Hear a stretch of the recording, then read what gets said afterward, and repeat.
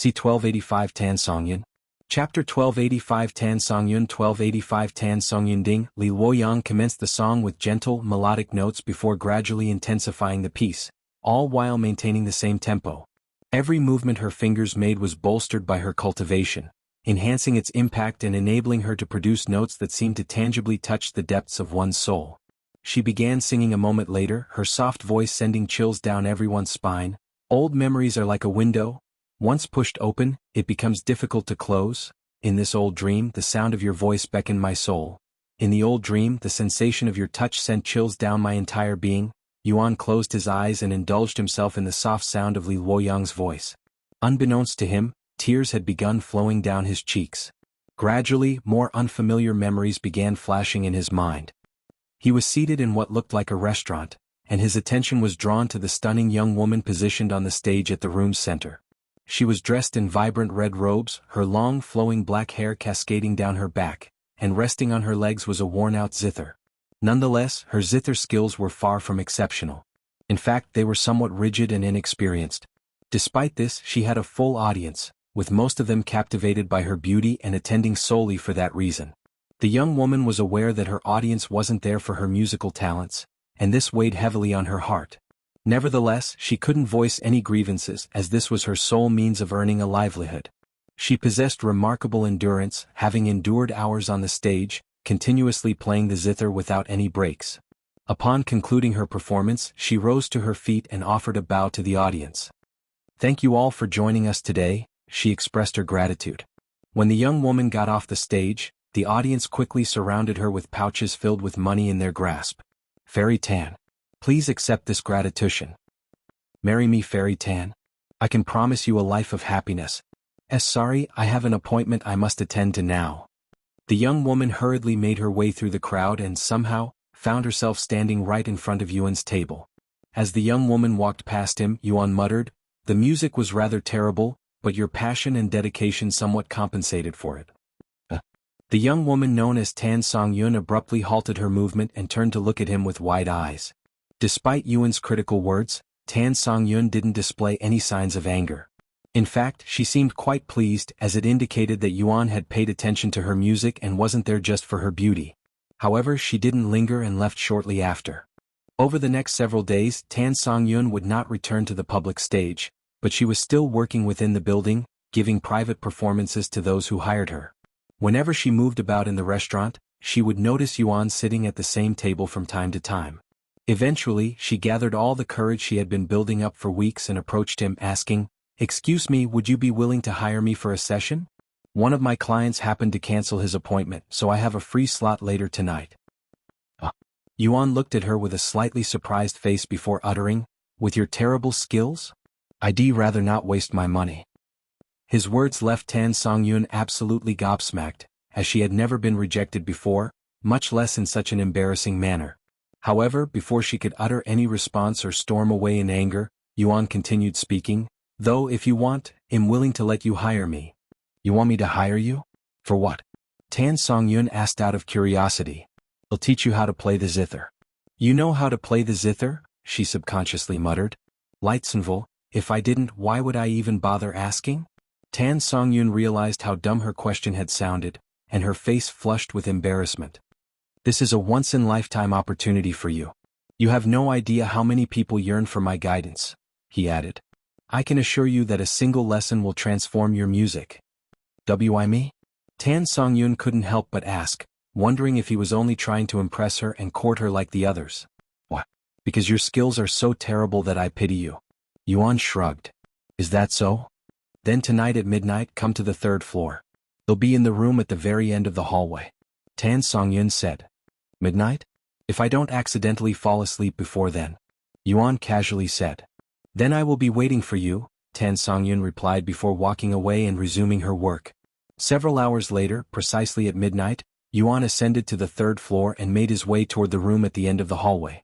"Come inside," Tan Songyun's gentle voice resounded from the room after he knocked on the door.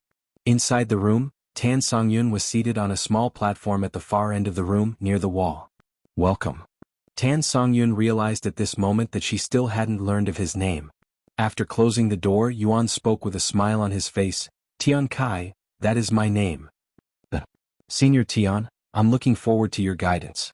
Tian Kai then stated, before we proceed, I haven't yet disclosed my fee. Ordinarily, wouldn't one inquire about the price before making a purchase? How much for a session? She asked a moment later. That will depend on how much effort I'll take to teach you, so I won't know until then, but it won't be cheap. Tian Kai calmly replied without giving an answer. Tan Songyun couldn't help but feel a bit apprehensive, as if she might be taken advantage of, but at the same time, she had this indescribable sense of curiosity toward him for some reason. Maybe it was his confident demeanor, his straightforward character, but it could also be something else. If he asks for an unreasonable amount, I could always refuse. It's not as though he could force me to pay him, she thought to herself as she nodded her head, accepting his guidance. C1286 Tian Kai. Chapter 1286 Tian Kai 1286 Tian Kai. Let's begin the session. Tian Kai said as he walked up to Tan Songyun before taking a seat right in front of her. Play me one song. It doesn't matter which one. Tan Songyun nodded and randomly picked one of the songs she would play to the public. Tian Kai closed his eyes and listened in silence. Several minutes later she asked him, how was it? Tian Kai opened his eyes and released a deep sigh. Unbelievable. How did you manage to worsen your skills since your performance several weeks ago? What? It's worse? Tan Songyun was speechless. Play me a different song, Tian Kai requested a moment later. Okay. Tan Songyun proceeded to play a second song. This time she selected a piece she was particularly confident in. However, Tian Kai's criticism only worsened. It's even worse than your last song. Good heavens, your talents are backwards. Tan Songyun was beginning to wonder if he was merely messing with her. She frowned and said, what am I doing wrong? Can you at least tell me that? Tian Kai didn't answer her question and instead said, play the song again. I'll show you. Is he doing this so he could experience my performance for free? She wondered inwardly as she played the same song again. Once again it's gotten worse. Tian Kai shook his head at the end of the song. Tan Songyun could no longer bear it and frowned. Stop messing with me or I will call the guards and have you removed. Tian Kai shrugged. It's not my fault that you're thinking about useless things when you play the zither. What? Tan Songyun's face loosened a little after hearing his words. You're thinking too much. Clear your mind and play from your heart. Let your feelings guide your fingers, not your mind. He offered genuine advice for the first time. Clear my mind? That's easier said than done. There's no way I can do that so suddenly. Tan Songyun said. Then allow me to ask you one question. Why do you play the zither? He suddenly asked her. What? To make a living, of course. Really? Even though there are plenty of other things you can do to earn money? Tian Kai looked at her with a doubtful gaze. Tan Songyun frowned and responded in a cold voice. What are you implying? That I should sell my body instead? You're no different from the other men. I'm disappointed in you.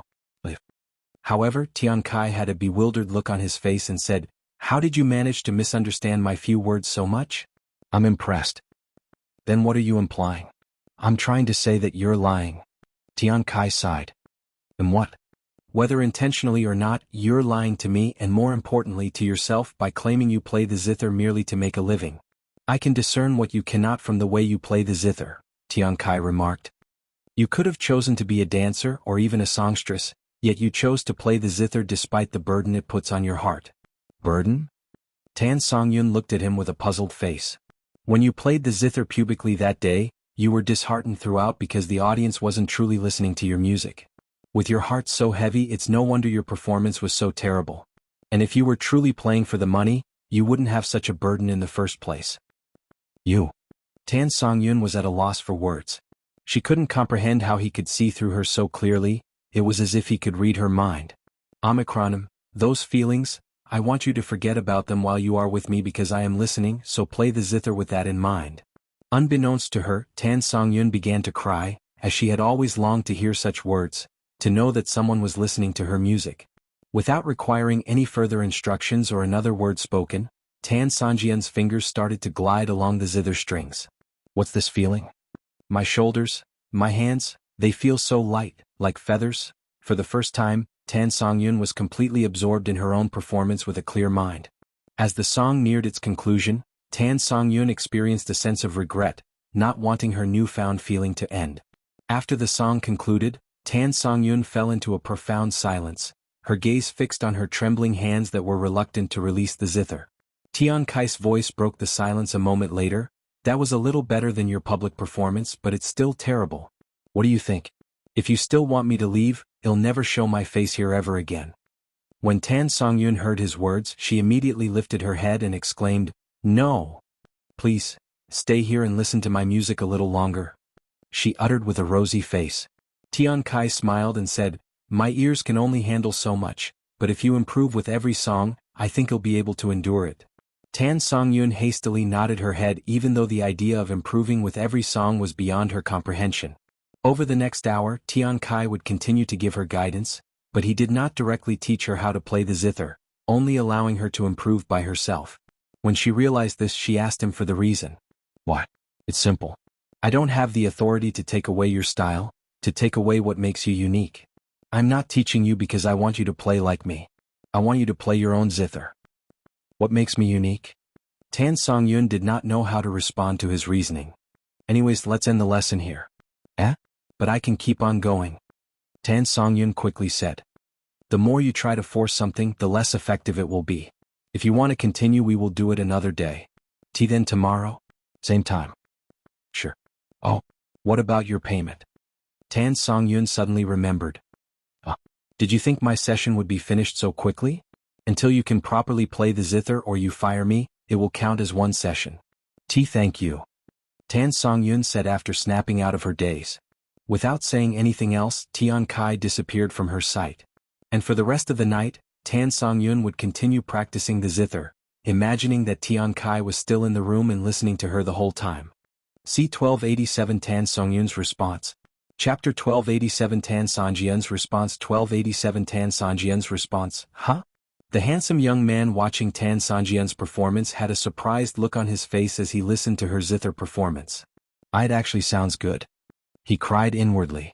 Tan Songyun was renowned for her lackluster zither skills and her outstanding beauty, so one could imagine his surprise when Tan Songyun's music actually sounded good. Once her song had concluded, the young man immediately began clapping with excitement. "Amazing. Truly amazing, Fairy Tan. Your performance just now is incomparably better than just a few days ago. How did you improve in such a short amount of time?" he inquired. "I am presently receiving guidance from an expert," Tan Songyun shared without divulging too much information about Tian Kai. She wanted to keep their relationship a secret because her clients frequently expressed jealousy. "Anyways, this is the end of our session. Thank you for always coming back to see me," Tan Songyun said with a beautiful smile on her face. The young man's face flushed with redness and he said, "Fairy Tan, please wait a moment." He proceeded to retrieve a large case from his storage pouch and placed it before her. "This is..." Even without seeing the interior of the box, Tan Songyun had a good idea what this was about, as it wasn't her first time being in such a situation. The young man opened the box, revealing gold bars among other precious treasures. "I love you, Fairy Tan. Please marry me. I promise that you'll live a carefree life for the rest of your life," the young man declared with a solemn expression on his face. With a heavy expression on her face, Tan Songyun replied, "I'm sorry, but I cannot respond to your feelings." "Why?" The young man expressed despair. Don't tell me, you already have someone in your heart." Tan Songyun suddenly visualized Tian Kai inside her mind, but she quickly tossed it aside and said, "No, that's not it."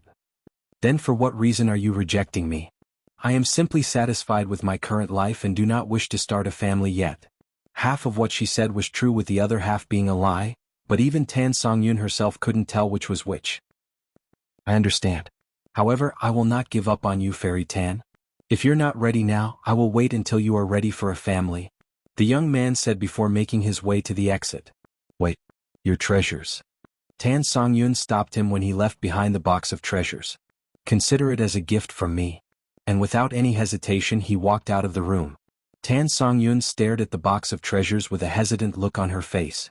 On hand, it was a tremendous amount of money that would take her years of work to acquire, but on the other hand, if she accepted it, "Aren't you going to take it? He left it for you after all." Tian Kai's voice suddenly resounded in the room, startling her. "When did you arrive?" she asked. "I've been here for a while now. Are you ready to continue your lessons?" "Yes." After being told how much she's improved by all of her clients, Tan Songyun was more motivated than ever to improve her skills. And over the next several weeks, Tian Kai would show up every day at midnight without fail to give her guidance on the Zither. Throughout this period, Tan Songyun's Zither skills improved significantly, to the extent that she was no longer the worst performer in the establishment and had become the most skilled. As the days passed, Tan Songyun's gratitude toward Tian Kai grew even more profound, and before she knew it, her admiration had transformed into love, to the point where she couldn't spend a single hour without thinking about him. She wished for their current situation to continue indefinitely, but she was aware that their session would eventually come to an end, and she could sense that this time was drawing near. To extend their sessions, Tan Songyun eventually began deliberately slowing down her progress. Naturally, Tian Kai saw through her almost instantly. "You aren't improving as you should. Is there something on your mind?" he asked her one day. After a moment of silence, she nodded and said, "I've been thinking about leaving this place to pursue another career." Omicron. "Oh? Do you already have a plan?" he inquired further. "That depends." "On what?" "On your response." Without explaining any further, Tan Songyun suddenly walked to sit right beside him, even leaning her body on him in an intimate manner. "Once our lessons are finished, can I continue to be by your side?" After a brief moment of silence, Tian Kai responded, "That would be difficult." Tan Songyun could feel pain in her heart after hearing his words, almost as though someone was squeezing her heart with the intention of bursting it. Nonetheless, she still asked, "Why?" He smiled and explained, "Firstly, I am a cultivator and you are immortal. Such pairings hardly ever work out. Secondly, once our lessons conclude, I will need to return to the upper heavens, and I won't be able to be by your side all the time to protect you." Tan Songyun's eyes widened at his words and she muttered, "So you're not rejecting me?" "No, I am not, but I also cannot allow you to follow me." Then I will become a cultivator, one that will be strong enough to follow you," she exclaimed in a passionate voice. "I swear I will do it no matter how long it takes." Tian Kai chuckled, "I don't doubt your determination, but are you sure you want this kind of life? Normally, it's the man that's chasing after the woman, you know?" In response to his question, Tan Songyun leaned in and pressed her soft lips against Tian Kai's. "Does that answer your question?" she asked him, her face flushed with redness. C1288 Let us meet each other again in the upper heavens. Chapter 1288 Let us meet each other again in the upper heavens. 1288 Let us meet each other again in the upper heavens. After kissing Tian Kai, Tan Songyun muttered, "After this is over, I am going to leave this place." "Where will you go?" Tian Kai asked her. "I'm going to walk the path of a cultivator and join a sect." "Is that so?" "Being a cultivator isn't as easy as most mortals believe, you know. It's a path that's filled with blood and corpses." "I am aware, but that won't stop me from chasing after what I love, what I desire." Tan Songyun suddenly stood up and pulled him towards the cold bed. "Are you sure?" Tian Kai asked her. As a private performer, Tan Songyun had been offered an immense amount of wealth by her clients in hopes of embracing her body, as that was a common interaction for those in her line of job. Despite the enticing amount of money that could let her live a life of luxury, she refused every single one of them and kept her body pure. "I'm sure." Tan Songyun nodded in a bashful manner. That night, Tan Songyun gave her innocence to Tian Kai, and they didn't stop until the following morning when someone knocked on her door. "Fairy Tan, are you awake? Your client is already here." "He'll be there in a moment," Tan Songyun quickly replied. However, she had no intention of attending that appointment. "When will you leave this place?" Tian Kai asked her as she got out of the bed to get dressed. "Right now," she said, taking him by surprise. "What? Right now? But what about your job?" "I'm quitting, and he'll be doing so without letting them know, as the owner surely won't be willing to let me quit," Tan Songyun declared. After all, she was the bread and butter of this establishment, their most successful and highest-earning performer. Without her, their revenue would drop by at least half. Given her value, the owner of the establishment would never allow her to leave so abruptly. "And where will you be going after you sneak away from this place? Straight to the closest sect? It's too sudden. Are you even thinking this through?" Tian Kai couldn't help but express his concerns. "I don't know where I will go, but I have enough money to not worry about such things for now. I haven't decided on which sect to join yet, but I'll join one before I run out of money." Tian Kai rubbed his eyes and sighed, "Are you really sure you want to do this?" She stared at him with a resolute face and nodded, "I won't repeat myself. I want to stay by your side and I am willing to do anything to realize that dream." Tan Songyun realized that she might be moving a little too fast, especially since she barely knew Tian Kai, but she also knew how her heart felt about him and what it desired. Seeing how adamant Tan Songyun appeared, Tian Kai showed a defeated smile on his face. In that case, why don't you stay with me for a bit? Tan Songyun's eyes widened, seemingly taken aback by his unexpected offer. After all, our lessons are not finished yet, and since you'll be joining a sect, I've decided to teach you a little more than I had planned. After a slight pause with no response, he asked, "You don't want to?" Tan Songyun immediately snapped out of her daze and replied, I do. Please let me stay with you." "Then you should start packing," he said with a smile. Tan Songyun didn't have much luggage. In fact, besides her zither, some clothes and money, she had nothing else. Several minutes later, she was ready to leave. "Okay, I am ready," Tan Songyun declared. Tian Kai nodded and walked to the window, opening it. "Whenever you are ready," he said to her. "We're leaving through the window? Unless you plan on disguising yourself, I don't see how you'll sneak out from the front door. Don't worry, I won't let you fall." Lightsfell Tan Songyun nodded and walked over to him. When she got close enough, Tian Kai hugged her waist and jumped out of the window. Wow! Tan Songyun was so shocked that she forgot how to scream, but she quickly realized that they weren't falling down. Instead, they were going higher and higher toward the sky. "You were flying? Why, you were an immortal cultivator all along," she exclaimed. "You don't have to be an immortal to fly." Tian Kai laughed. Sometime later, Tian Kai descended by a river located within the mountain range, and there was a humble building constructed beside the river. "I wasn't expecting to come all the way out here. Is this really where you live?" Tan Songyun looked around with an amazed face. "I travel often, so I usually make my own home." "You don't like it?" I do. I really like the atmosphere here. It's so peaceful and quiet." Thus began Tan Songyun's new life with Tian Kai. During the day they would practice music together, and then during the night they would express their love for each other.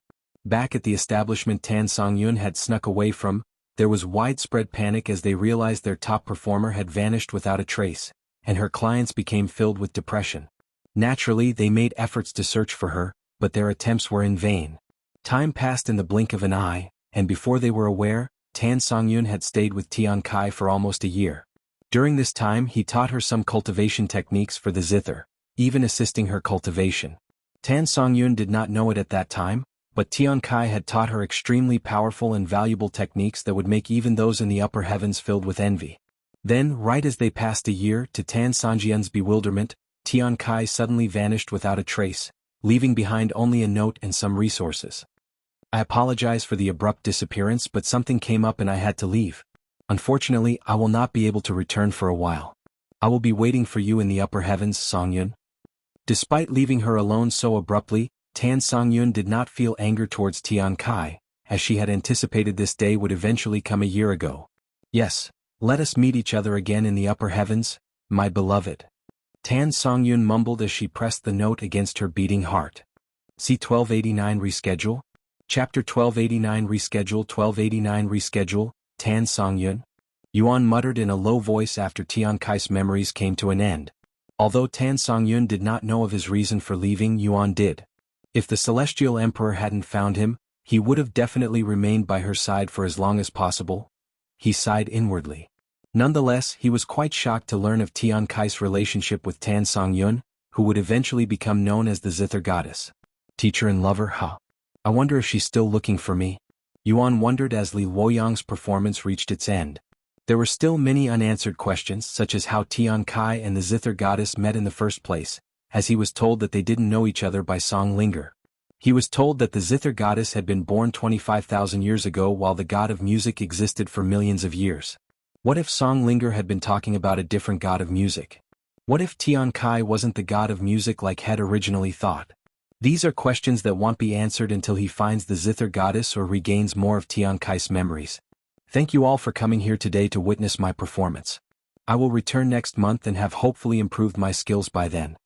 Li Luoyang gave the audience a respectful bow, causing the place to erupt with cheering and encouragement. At the end of her performance, the light in the room slowly returned, and the workers there would go from table to table asking for payment. Coincidentally, Yuan's table was towards the exit, so Li Luoyang would be walking in his direction. When Li Luoyang got close enough, Yuan subconsciously muttered, "For your first song, you should slow down a bit on the 51st, 88th, 109th, 171st and 182nd note." Speed up on the 17th, 27th, 49th, 82nd, 122nd and 251th note. Li Luoyang halted her movements and glanced at Yuan with a shocked expression on her face. Even without Yuan's advice, Li Luoyang knew that she had misplayed several notes, but had also mentioned notes that even she didn't realize she had messed up. Her performance was nothing short of perfect to the audience and she's never received any complaints before, much less being corrected on a song that only she should know how to play, so one could imagine the surprise on her face. How does he? It's not as though I play the old dream often either. And before she could respond, Yuan continued, You're the Zither goddess disciple, aren't you? If you have some time later, I would love to have a chat with you. It wasn't a secret that Li Luoyang had received guidance from the Zither goddess, as it was part of her advertisement campaign, but with the way he spoke, Yuan made it sound like he didn't know before today. Do you know my master? Li Luoyang couldn't help but ask him. He nodded, somewhat. And what was your relationship with her? She continued inquiring. Yuan pondered for a moment and retrieved the soul-ensnaring Zither before responding, Our relationship is a bit difficult to explain. That's the soul-ensnaring Zither. Why do you have something like that on you? Li Luoyang nearly dropped the Zither in her grasp when she saw the soul-ensnaring Zither, something owned by the Zither goddess. As far as she was aware, the Zither goddess had left the soul-ensnaring Zither in the lower heavens, and only those who could play it could receive it. Does that mean he can play it? Li Luoyang swallowed nervously at the thought of hearing the soul-ensnaring Zither sound, as she had tried to play it before and failed miserably. Seeing her expression, Yuan plucked one of the strings with a smile on his face. The moment he released the string, a heavenly note resonated throughout the building. Although it was just a simple single note, it was filled with wonder and mystery. The sound sent chills down Li Luoyang's entire being. After a brief moment of silence, she asked him, Do you have time now? I'd like to invite you to my room. Before he could even answer, Yuan felt a cold gaze behind his back. It was Liang Xiaosheng and he was giving him deadly stares for some reason. However, such a question would be answered the very next moment. Lady Li, you mustn't. You have a very important client today. He's from the Azure Dragon family. One of the workers there reminded her of her schedule. Li Luoyang sighed, Young man, will you be staying here for long? Or you can come back later tonight when I am off work. Unfortunately, I have somewhere else that I need to be, so I won't be here for long. Li Luoyang began to contemplate. She didn't want to offend the Azure Dragon family, especially since her client was their former patriarch. However, she had been dreaming of hearing a song from the soul-ensnaring Zither ever since she learned about it hundreds of years ago and didn't want to miss the opportunity. Eventually, she took a deep sigh, walked over to Liang Xiaosheng and bowed, I am deeply sorry for the inconvenience, but I would like to reschedule our session. As compensation, I will give you 3 hours of my time instead of just 1, and it'll be free of charge. Liang Xiaosheng wasn't someone who cared about money. He was more irritated at the fact that Li Luoyang had chosen Yuan instead of him. However, since it was difficult to make an appointment with her even for someone like him, he decided to not make a scene there and just accept his free sessions. After forcing a smile on his face, Liang Xiaosheng spoke, Don't worry about it. I have nothing but time on my hands since my retirement and the compensation is more than fair.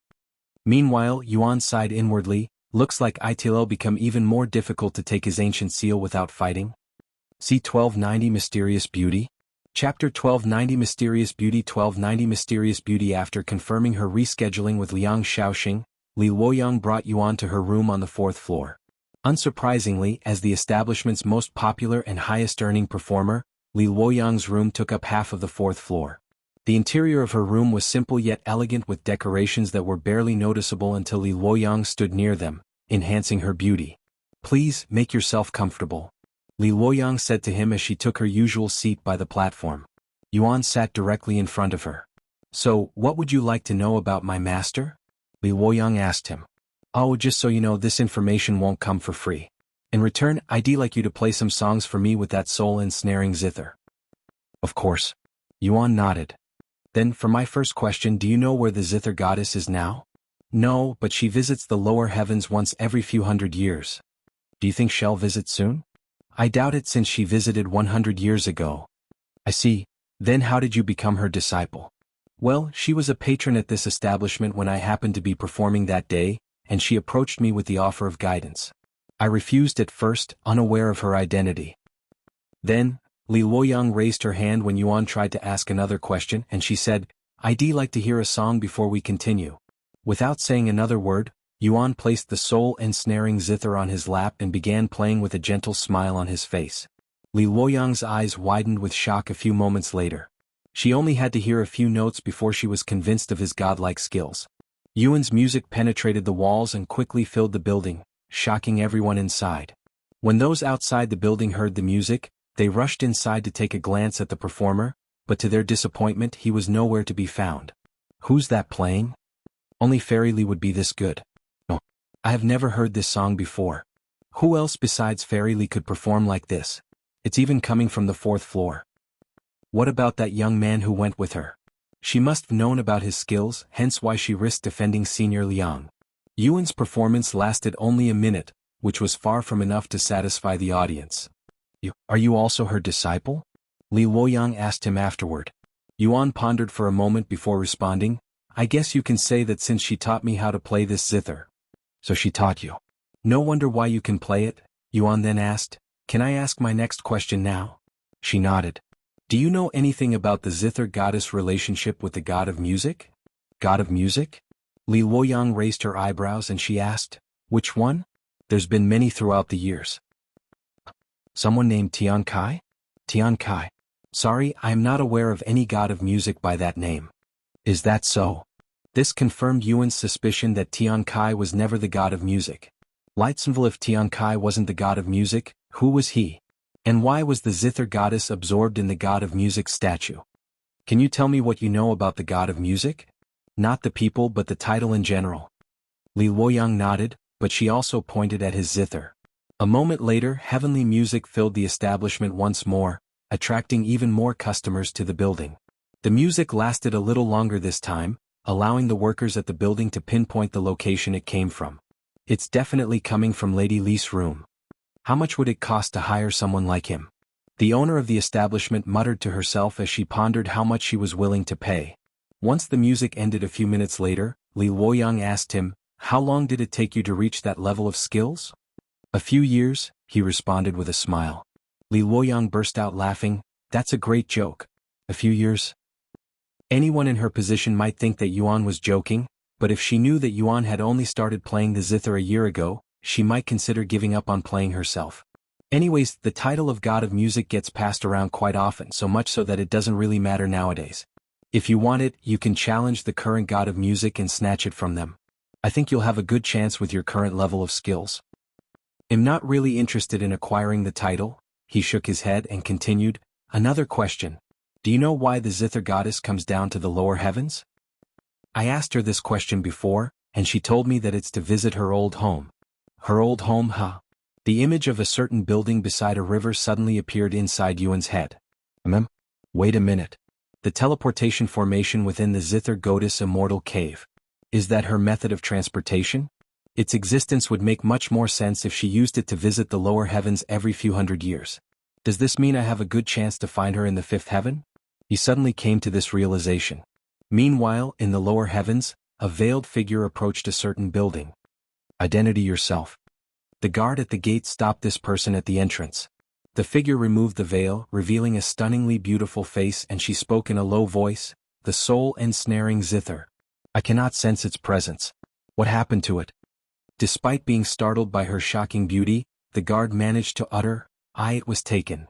The woman frowned upon hearing this news, even emitting a subtle hint of killing intent. "Who took it?" "I don't know, but it was with Master Zhou's approval since that person managed to play it." The woman fell silent after learning of this news, and her killing intent immediately vanished.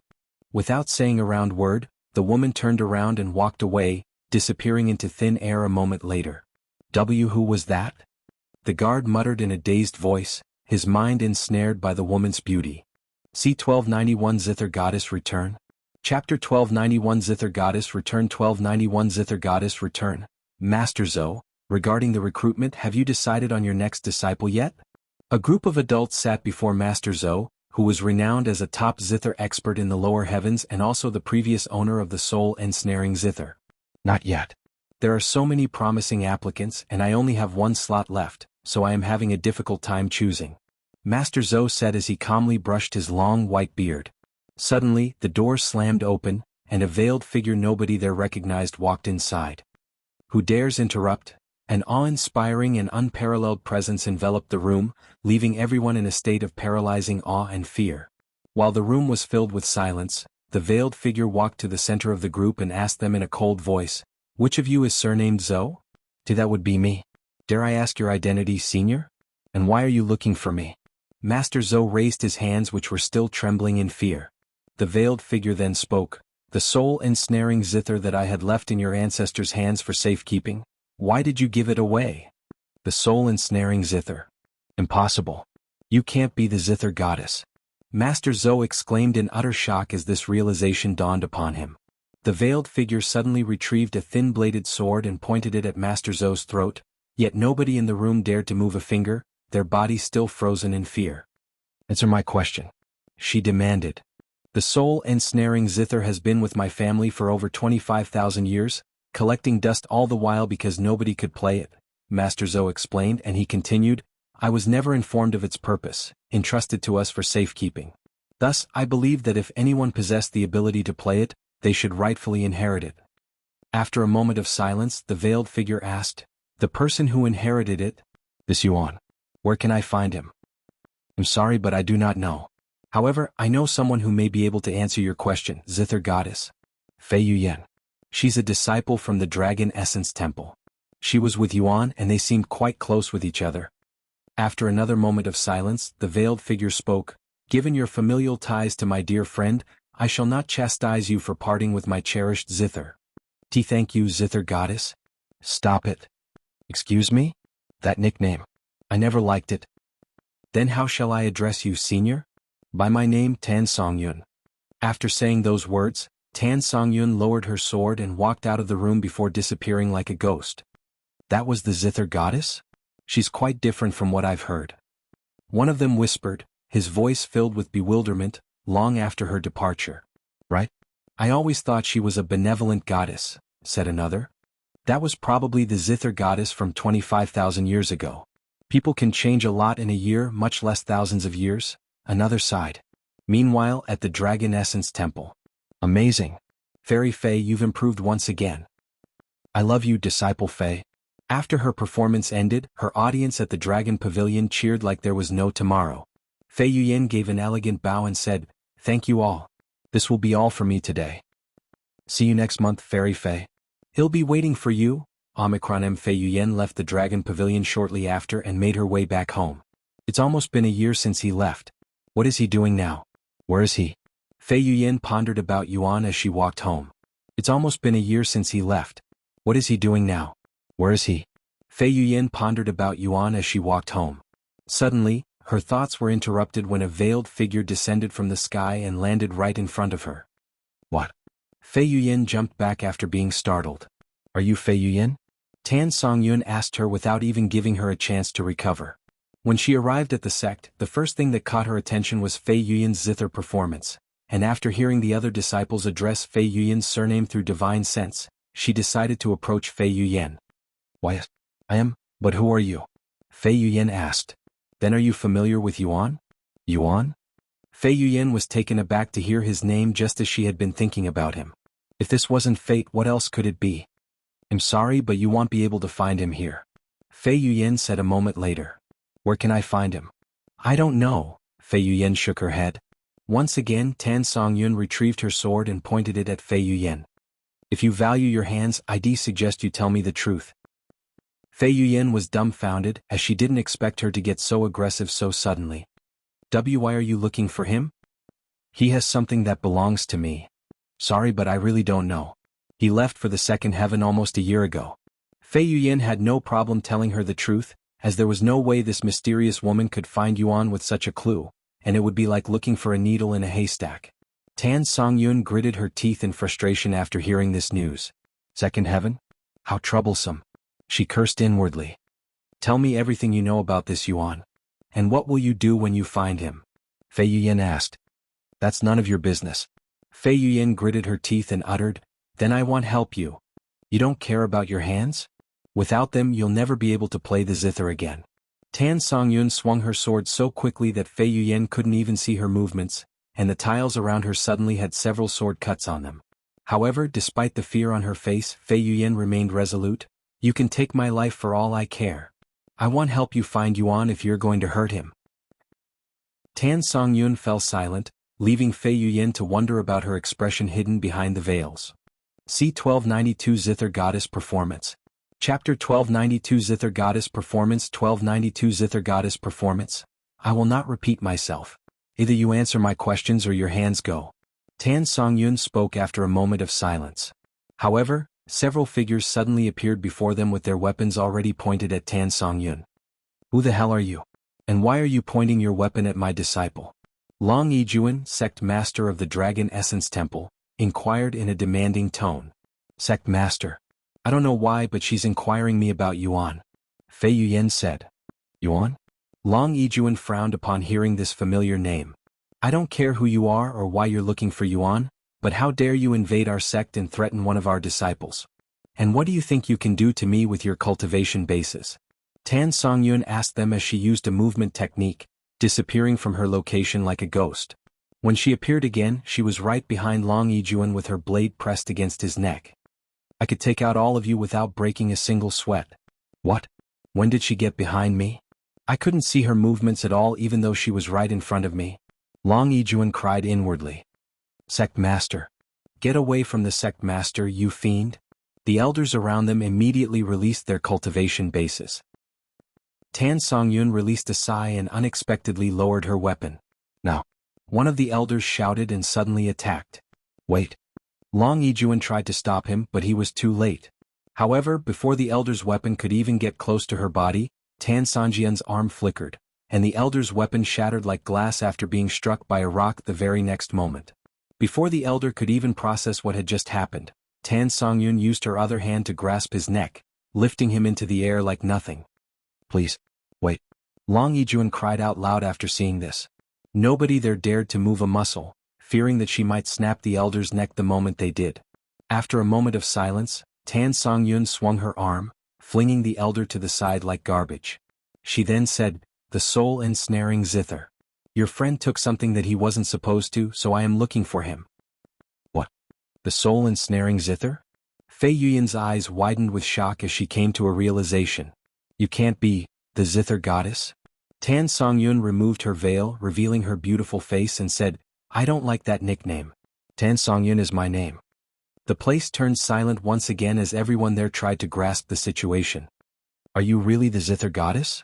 Liang Yijuan couldn't help but doubt her identity. Tan Songyun glared at him and said, "I don't have the time to entertain you. Tell me everything you know about Yuan and I will be on my way. If you play a song for us and prove your identity, I will tell you everything I know about Yuan," Fei Yuyan said, and she continued with a resolute face, "If not, I won't tell you anything even if you kill me." Tan Songyun sucked her teeth in an annoyed manner, yet she did not reject Fei Yuyan's offer. She then beckoned at Fei Yuyan, causing the Zither in Fei Yuyan's arms to float towards her. With the Zither hovering in the air right before her chest, Tan Songyun immediately began playing the strings. Instantly the atmosphere in the entire sect changed, filled with heavenly music resonating through the air. Fei Yuyan and the others near Tan Songyun could see illusions around her, almost as though a world had been materialized by her music. However, the music was cut short and stopped midway. It was such a blatant pause that it nearly made the audience puke out blood from anger. Why did you stop so suddenly?" Fei Yuyan demanded an answer with a frown on her face. "I didn't come here to perform for you. I should have proved my identity with that much.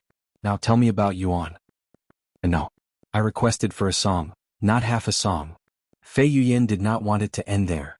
"Enough." Tan Songyun roared, her voice carrying some of her cultivation base. Cough. Fei Yuyan and those around her suddenly coughed up a mouthful of blood. "My patience has run out. If you don't stop this nonsense right now, I will not hesitate to kill you. If you think you're my only option of finding Yuan, you can ignore my warning." "All right. I apologize for overstepping my boundaries, Zither, Senior Tan. Your music was so good that I couldn't help myself." Fei Yuyan sighed. "I'll tell you everything I know about Yuan, but let's go somewhere more private." Fei Yuyan turned to look at Liang Yijuan and continued, "It'll be fine, sect master. Thank you for everything." If you say so." Liang Yijuan and the other elders left them alone shortly after. Fei Yuyang brought Tan Songyun back to her own living quarters, where she explained her relationship with Yuan and everything she knew about him. Even if he's a genius, the soul-ensnaring Zither requires a unique technique that only I know to play, so how? Did he create another technique for it? That's absurd. Tan Songyun was not aware of teaching Yuan the technique, as that was something done by the soul-ensnaring Zither on its own accord. And that's all I know about him. I know it's not much, but it's good enough. Tan Songyun interrupted and immediately made her way for the exit. Wait. Fei Yuyang suddenly stopped her. What do you want? I know this may be asking too much, but can you give me some advice on the Zither? How can I play like you? Fei Yuyang asked. You want to play like me? Tan Songyun asked for confirmation. Yes. Fei Yuyang eagerly nodded. Then you might as well quit playing the Zither. Fei Yuyang's eyes widened at her unexpected response. Are you playing the Zither just to play like me, or are you playing it because you enjoy it? Everyone has their own style and uniqueness, and I don't have the authority to take that away from you. Tan Songyun retrieved a small book and tossed it at the dazed Fei Yuyang. That will not teach you to play like me, but it might help you improve your own style, if you have the talents for it. Thank you, Senior Tan. I will not disappoint you. I'm not expecting anything from you, Tan Songyun said before disappearing from her sight. Though she may appear cold and ruthless at a glance, she's actually very kind and thoughtful on the inside. Fei Yuyang sighed as she stared at the book in her hands. Yuan, good luck. C1293 Liang Xiaosheng. Chapter 1293 Liang Xiaosheng. Thank you, Lady Li. That's all of the questions I have for now. Yuan said to Li Luoyang sometime later. You're leaving already? Why don't you stay here a little longer to chat? This is my first time encountering someone taught by the Zither goddess other than myself. Li Luoyang looked a little sad after realizing that he was about to leave. I have other businesses to attend to, so I cannot stay for too long. One more song. You can leave after playing one more song. Li Luoyang raised a single finger on her hand and shoved it at his face. Yuan nodded with a smile and agreed, okay, I will play one last song. After taking a moment to ponder what song he wanted to play, Yuan began moving his fingers on the Zither. This is... Li Luoyang's eyes widened with excitement when Yuan started playing the old dream. Now that she knew he had been taught by the Zither goddess, she wasn't surprised that he could play the song. Of course, Yuan didn't learn the song from the Zither goddess, nor did he recall it in Tian Kai's memories. After listening to it once, had completely ingrained it within his memories. As for how he managed to figure out Li Luoyang's mistakes during her performance, it was purely because of his own expertise and instincts. Li Luoyang's performance didn't sound wrong to him, but in his mind, it would sound better with his changes. Li Luoyang agreed with such changes, hence why she wasn't upset when he corrected her. At the end of the song, Li Luoyang muttered in a dazed voice, "It sounds even better than I remember." "Thank you," Yuan said with a smile on his face as he stowed away the Zither. "Then he'll be leaving now. Will you visit this place again?" Li Luoyang then asked. "Honestly? Probably not, since I came here with a purpose." Yuan did not lie to her. "Is that so? That's unfortunate. However, if you ever feel like it or happen to be nearby, please visit us. I'd like to listen to your music again." "Of course. One more thing. I never got your name." "It's Yuan, and do you mind if I leave through your window? I don't want to deal with the crowd outside." "Sure thing." Li Luoyang chuckled. After leaving through the window, Yuan did not wander too far away from the building, and he began to ponder what he should do with Liang Xiaosheng and his ancient seal. Fortunately, he had been keeping track of Liang Xiaosheng's location through divine sense this entire time, so he didn't need to wait for him to return to the Tunes of Heaven's establishment. However, there was a bigger problem. How should I approach him without making him want to punch me at a glance? After what had transpired with Li Luoyang, he was certain that Liang Xiaosheng had been offended and felt humiliated by the rescheduling, so he couldn't just approach Liang Xiaosheng as nothing had happened. After pondering for some time, Yuan eventually came up with a somewhat risky plan. It may be risky, but if everything goes right, I won't need to fight him for the ancient seal. Yuan disappeared from the streets to prepare for his meeting with Liang Xiaosheng. Meanwhile, Liang Xiaosheng was drowning himself in alcohol at a nearby restaurant as he waited for his appointment with Li Luoyang. That goddamn bastard.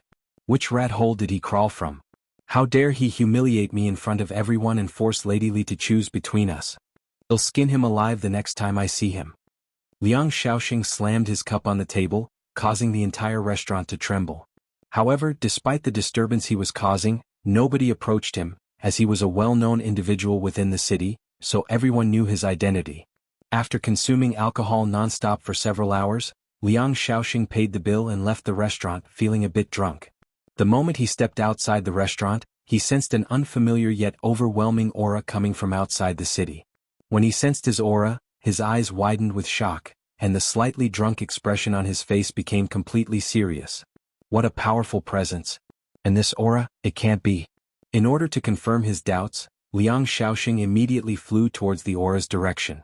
Sometime later, Liang Xiaosheng halted his movements when he saw a figure hovering above the trees in the distance. This figure was draped in a full-length black robe with long flowing golden hair cascading down the back, and their face was concealed behind an ordinary-looking mask. It was evident to even the most oblivious observer that the individual before them was far from ordinary. Liang Xiaosheng's body trembled when he noticed the details on his clothing. That appearance, that aura, the golden dragon robe. What is something like that doing down here? What is a dragon emperor in the third heavens? Unsurprisingly, Liang Xiaosheng came to such a conclusion. He hailed from a prominent dragon clan where such information is common knowledge. I was told that some people from the upper heavens would be showing up in the lower heavens, but I wasn't expecting to meet any dragon emperors. He cried inwardly. Shortly after Liang Xiaosheng's arrival, Yuan slowly turned around to glare at him with a serious atmosphere around him. Who the hell are you?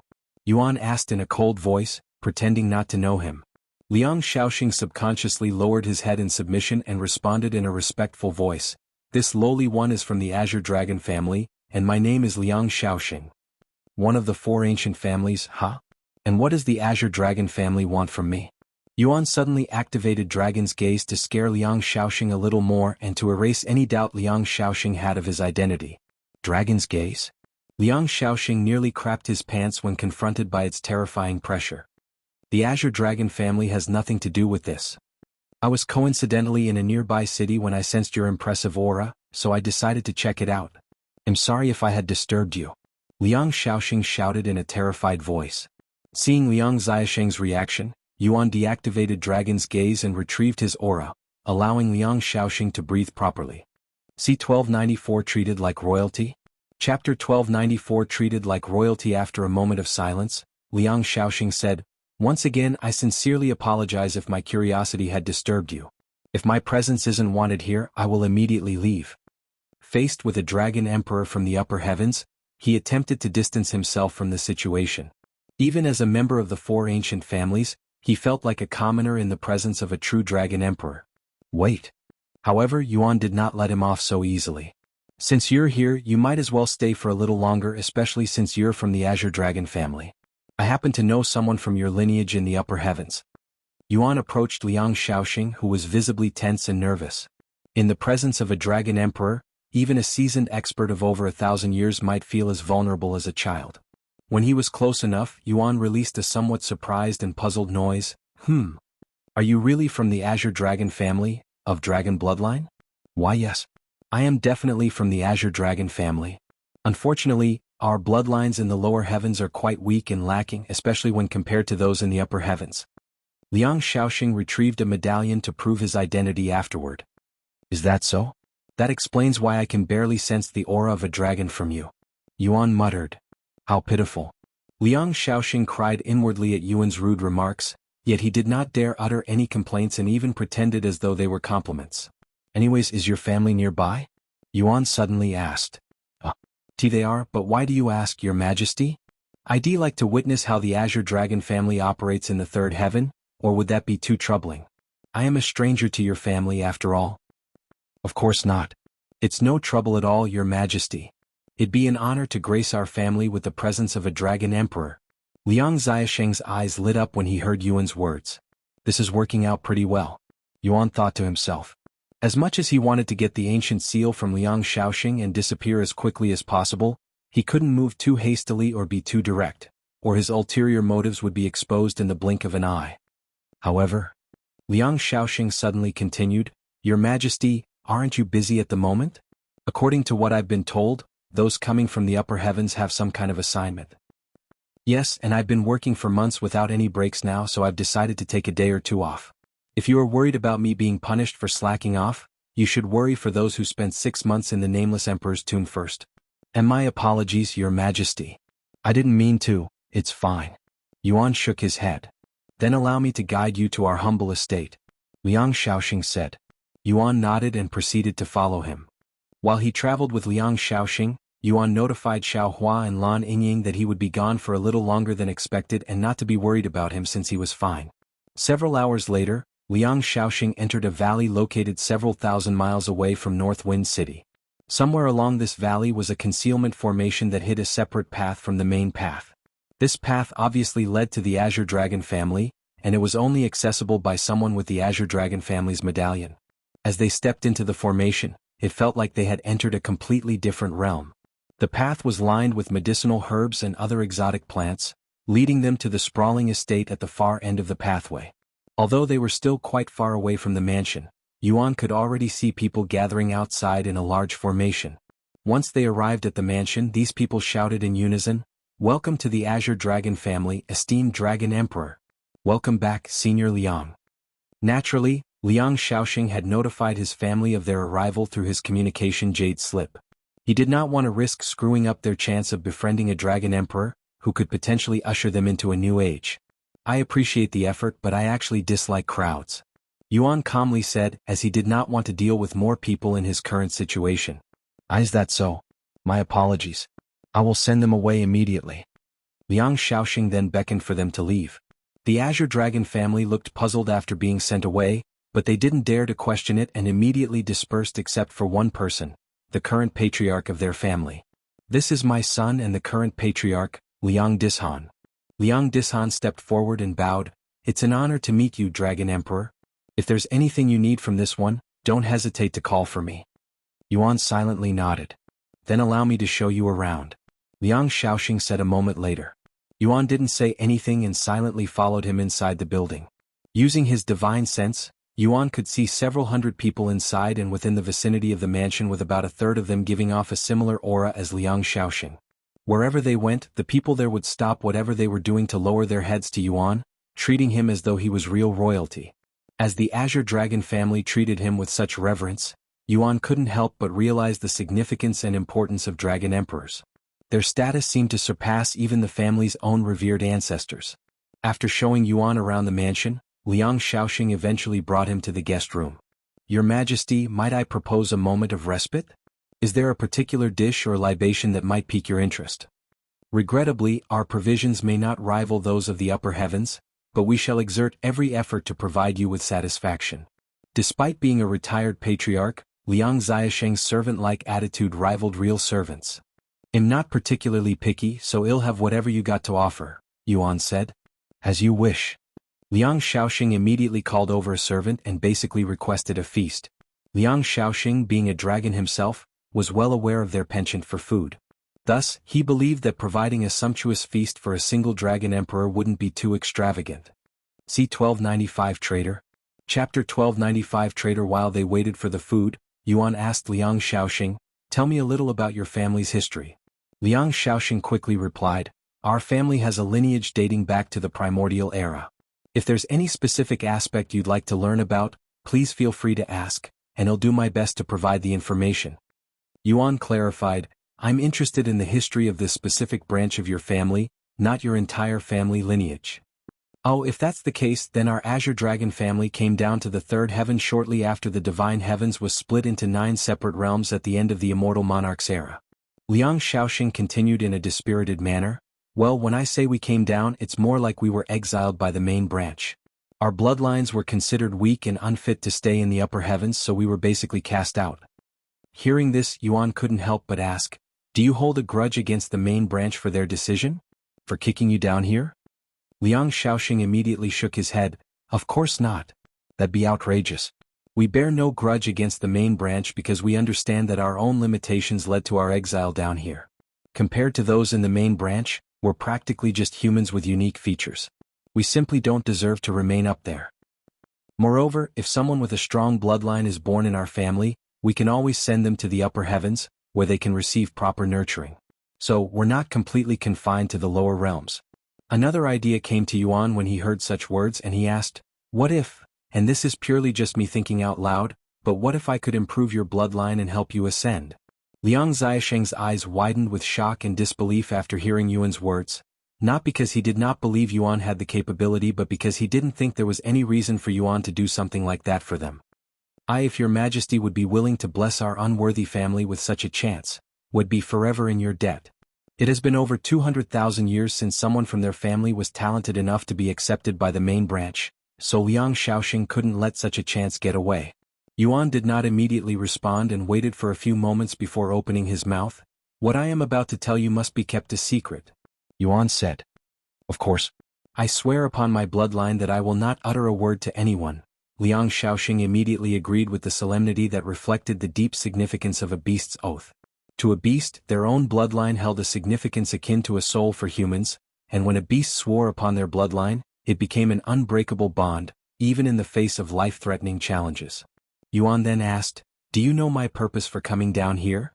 "According to my sources, those who came from the upper heavens are looking for a certain individual," Liang Xiaosheng said.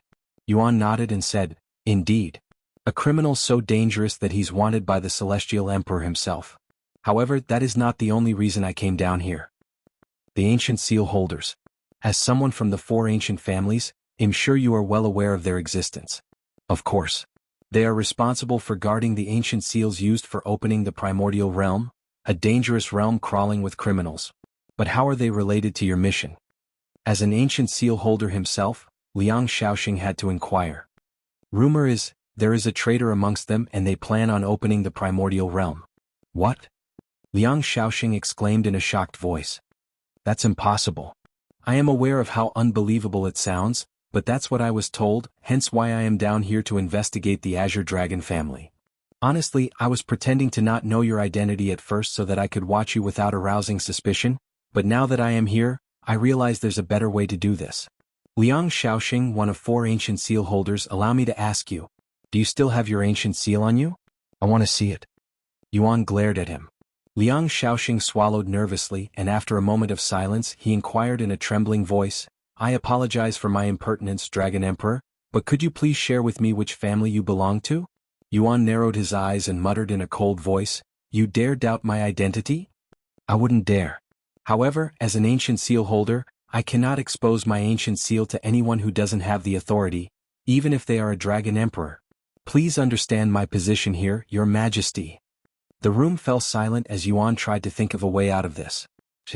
Did I act a little too quickly? If I screw up here, he'll know that I am a fake. If his identity becomes exposed, he would have to fight his way out of there and take the ancient seal by force, which he was confident in doing without much effort, but he did not want to harm Liang Xiaosheng and his family. "Your Majesty?"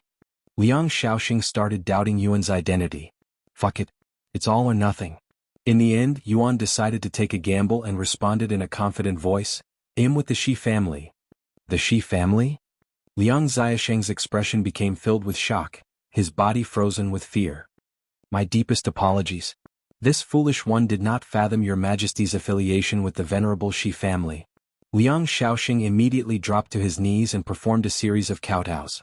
His reaction took Yuan by surprise. Does the Shi family also have influence in the 9 heavens? He wondered about the extent of their authority and where the Shi family was located in the 9 heavens. C1296 Acquiring the First Ancient Seal. Chapter 1296 Acquiring the First Ancient Seal. The Shi family. Who could have foreseen that an individual from that esteemed lineage would descend to this realm? Liang Xiaosheng cried inwardly. The Shi family resided exclusively in the Supreme Heaven, and they occupied a preeminent position among the dragon race. Though they didn't have a direct role in overseeing the 4 ancient seals, one of the clans under their authority held that responsibility. If the Shi family was forced to act, this issue with the traitor must be of significant magnitude. Liang Xiaosheng sighed inwardly before speaking, "I understand. If it's the Shi family, I will do everything in my power to assist you." He then retrieved his spatial ring and took out a metal box from within. The metal box looked ordinary at a glance, but it had several layers of powerful formations protecting it. Level 6, no. It's at least a level 7 formation. Yuan quickly understood that the formation was far more advanced than he had initially thought. It was not just a level 6 formation, it was at least level 7 if not higher. This realization meant that even if he had managed to take the metal box by force, he wouldn't have been able to open it until he became a level 7 array master or higher. Yuan looked at Liang Xiaosheng and wondered if he was a level 7 array master. However, to Yuan's surprise, Liang Xiaosheng took a different approach to unlocking the formation. Instead of using conventional methods, Liang Xiaosheng dripped several drops of his own blood onto the metal box. The metal box quickly absorbed his blood, causing the protective formation to unlock itself. Once all of the formations vanished, the metal box unfolded itself, revealing what appeared to be a metal piece of a puzzle inside. This is actually my first time seeing the ancient seal. What a unique appearance it has. Yuan muttered. It is only a piece of the full key after all. Liang Xiaosheng did not find anything weird with Yuan's comment since the ancient seals rarely leave their holder's grasp. Oh. Your Majesty, what is the Shi family's plan regarding the traitor? Liang Xiaosheng suddenly asked. We still don't know the identity of the traitor, and for all I know, it could be you. Yuan shrugged. What? No way. I swear upon my bloodline that I am not the traitor. I would never dare, not even in my dreams. Liang Xiaosheng immediately declared. Unfortunately, I don't know that for sure. Therefore, the Shi family has decided to retrieve all ancient seals for the time being until everything is sorted. Retrieving all ancient seals? While Liang Xiaosheng understood the rationale behind the Shi family's decision, he couldn't help but find it astonishing, as it marked the first time an event of this magnitude had occurred. And I'll be honest with you. Yuan added, there's a good chance that the Shi family will decide to change the ancient seal holders as well as a precaution. Liang Xiaosheng nodded, that makes sense. I have been holding on to this ancient seal for over 20,000 years now. I thought I would be holding it until my last breath, but this is fine as well. I shall entrust it to you and the Shi family. Liang Xiaosheng offered the ancient seal to Yuan without any suspicion that he was being scammed. Thank you. Yuan accepted the ancient seal and stored it inside his dragon spatial ring. Now then, let's talk about the other matter. Huh? What other matter? Liang Xiaosheng raised his eyebrows in a puzzled manner. You forgot already? I'm talking about helping you improve your bloodline. Consider this as a gift for your assistance and because you didn't make things difficult for both of us. Liang Xiaosheng's eyes widened with shock after hearing such words. Are you serious, Your Majesty? You're willing to help improve my bloodline? He didn't dare believe it. Yes, but to be honest with you, I am not 100% certain my idea will work, so it will only be an attempt. Yuan had no idea if his plan was feasible, but he wanted to give Liang Xiaosheng something in return for the ancient seal to ease his own guilt. Then, Liang Xiaosheng suddenly halted and closed his mouth with a pondering face. Is something wrong? Yuan asked. No, but I have a request for Your Majesty. Instead of improving this unworthy one's bloodline, can you help someone else? My granddaughter, her talent and future are better than mine after all. Yuan nodded, I don't mind. Thank you, Your Majesty. Liang Xiaosheng's face immediately brightened with excitement. She's currently at her sect, but I'll tell her to return immediately. In the meantime, please enjoy the feast we've prepared for you. I appreciate the feast, but I don't like to be around people. That's perfectly fine. We can bring the food here for you. If that's the case. Yuan nodded. Servants showed up shortly after to replace some furniture before filling the room with food and drinks. Please enjoy yourself, Your Majesty. If you need anything, I will be waiting right outside this room. Liang Xiaosheng bowed before leaving the room since he knew that Yuan needed to take off his mask to consume the food. Once he was alone, Yuan removed his mask and began cleaning up the dishes. Meanwhile, Liang Xiaosheng contacted his son. I want Liang Qinru to come back immediately. Liang Dishan had a look of disbelief on his face as he asked, Father, don't tell me you're trying to give her to the Dragon Emperor? You fool. Do you honestly think the Shi family's Dragon Emperor would take an interest in someone from a branch family? He's way beyond our reach. Liang Xiaosheng lectured him. What? He's from the Shi family? Liang Dishan exclaimed in shock after learning of this information. If you understand the situation, hurry up and call her back. We cannot let him wait too long. I understand. I will immediately send someone to. Go get her yourself. Liang Xiaosheng commanded. Liang Dishan didn't say anything else and immediately left the mansion. C1297 Spiritual Energy Outburst. Chapter 1297 Spiritual Energy Outburst 1297 Spiritual Energy Outburst. Sometime after Liang Dishan left the mansion, he arrived at the Heaven and Earth Grand Manor, a secluded sect with fewer than 1,000 disciples. Despite their small number of disciples, the Heaven and Earth Grand Manor was an immense powerhouse within the third heaven. They were the most powerful sect and had the highest concentration of geniuses.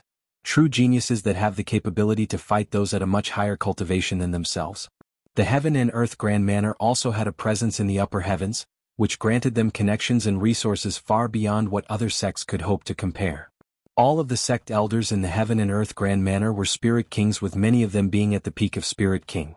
"Senior Liang, what can we do for you today?" The sect leader of the Heaven and Earth Grand Manor personally greeted Liang Dishan when he arrived. "Where's my daughter?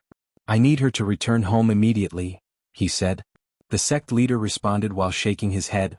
"Unfortunately, disciple Liang just entered closed cultivation. If we disturb her now, it might affect her cultivation."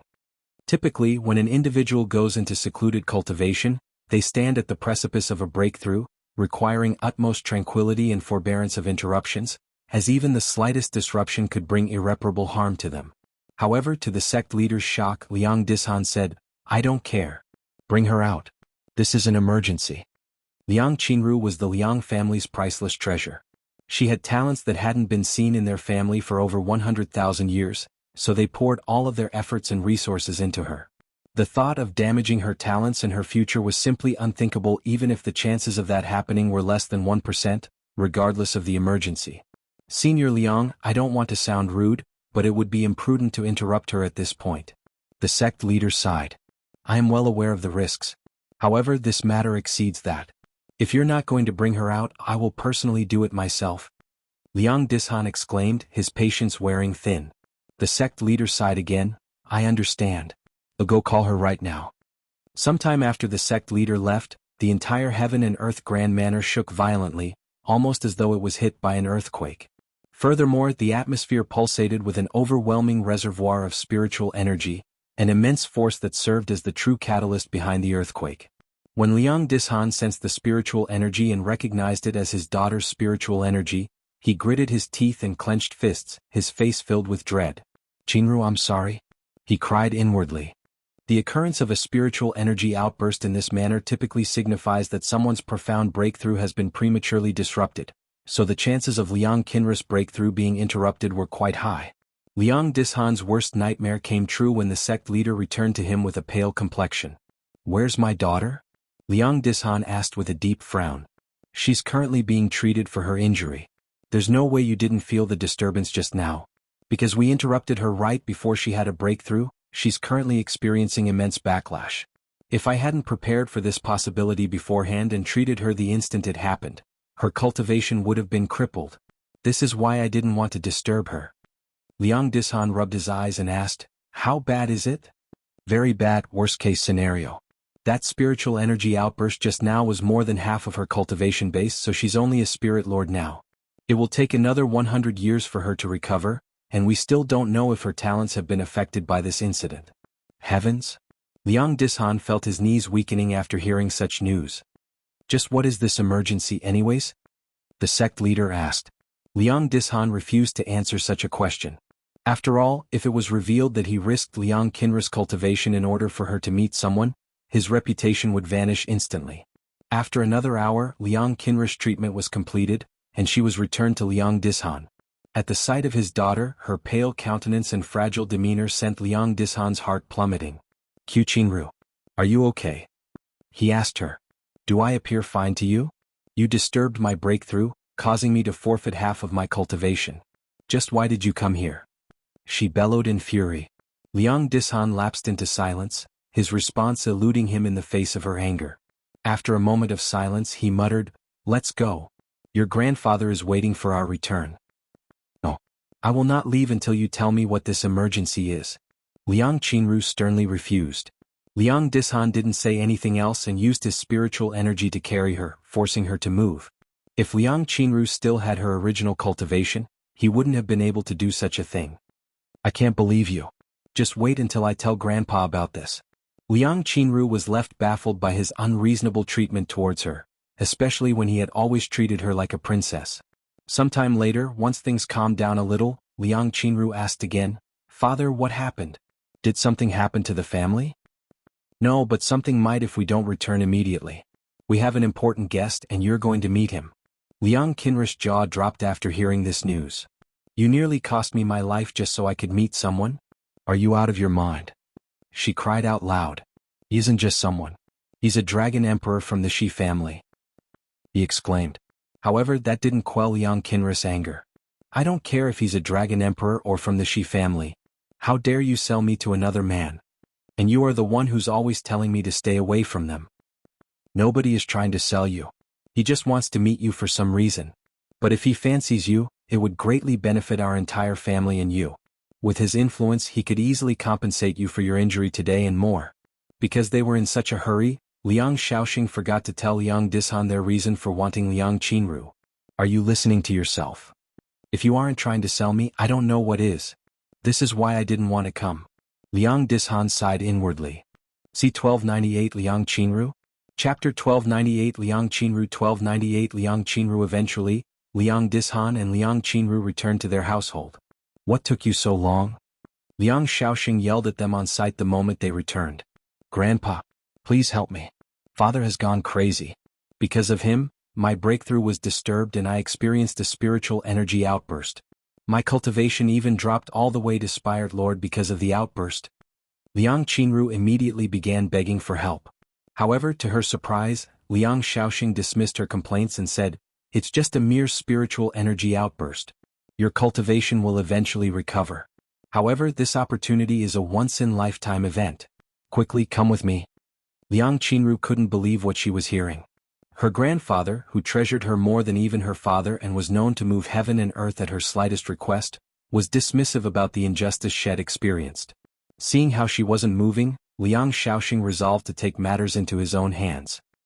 He firmly seized her arm and proceeded to guide her away. As they approached the guest room that was occupied by Yuan, Liang Xiaosheng warned her, "When you meet the Dragon Emperor, make sure you don't say or do anything offensive, as that could literally cause the death of our entire family." "Is this Dragon Emperor really that important? I can't believe you're going to sell me to him," she sighed with a distressed look on her face. If her cultivation base hadn't been harmed, she wouldn't have to endure such humiliation. "What the hell are you talking about? Who said anything about selling you?" Liang Xiaosheng frowned. "Huh. Then why did you force me to come back? And why are you so desperate to let him see me if you're not trying to sell me? You foolish girl. Do you have any idea what kind of power a Dragon Emperor possess? One from the Shi family, no less.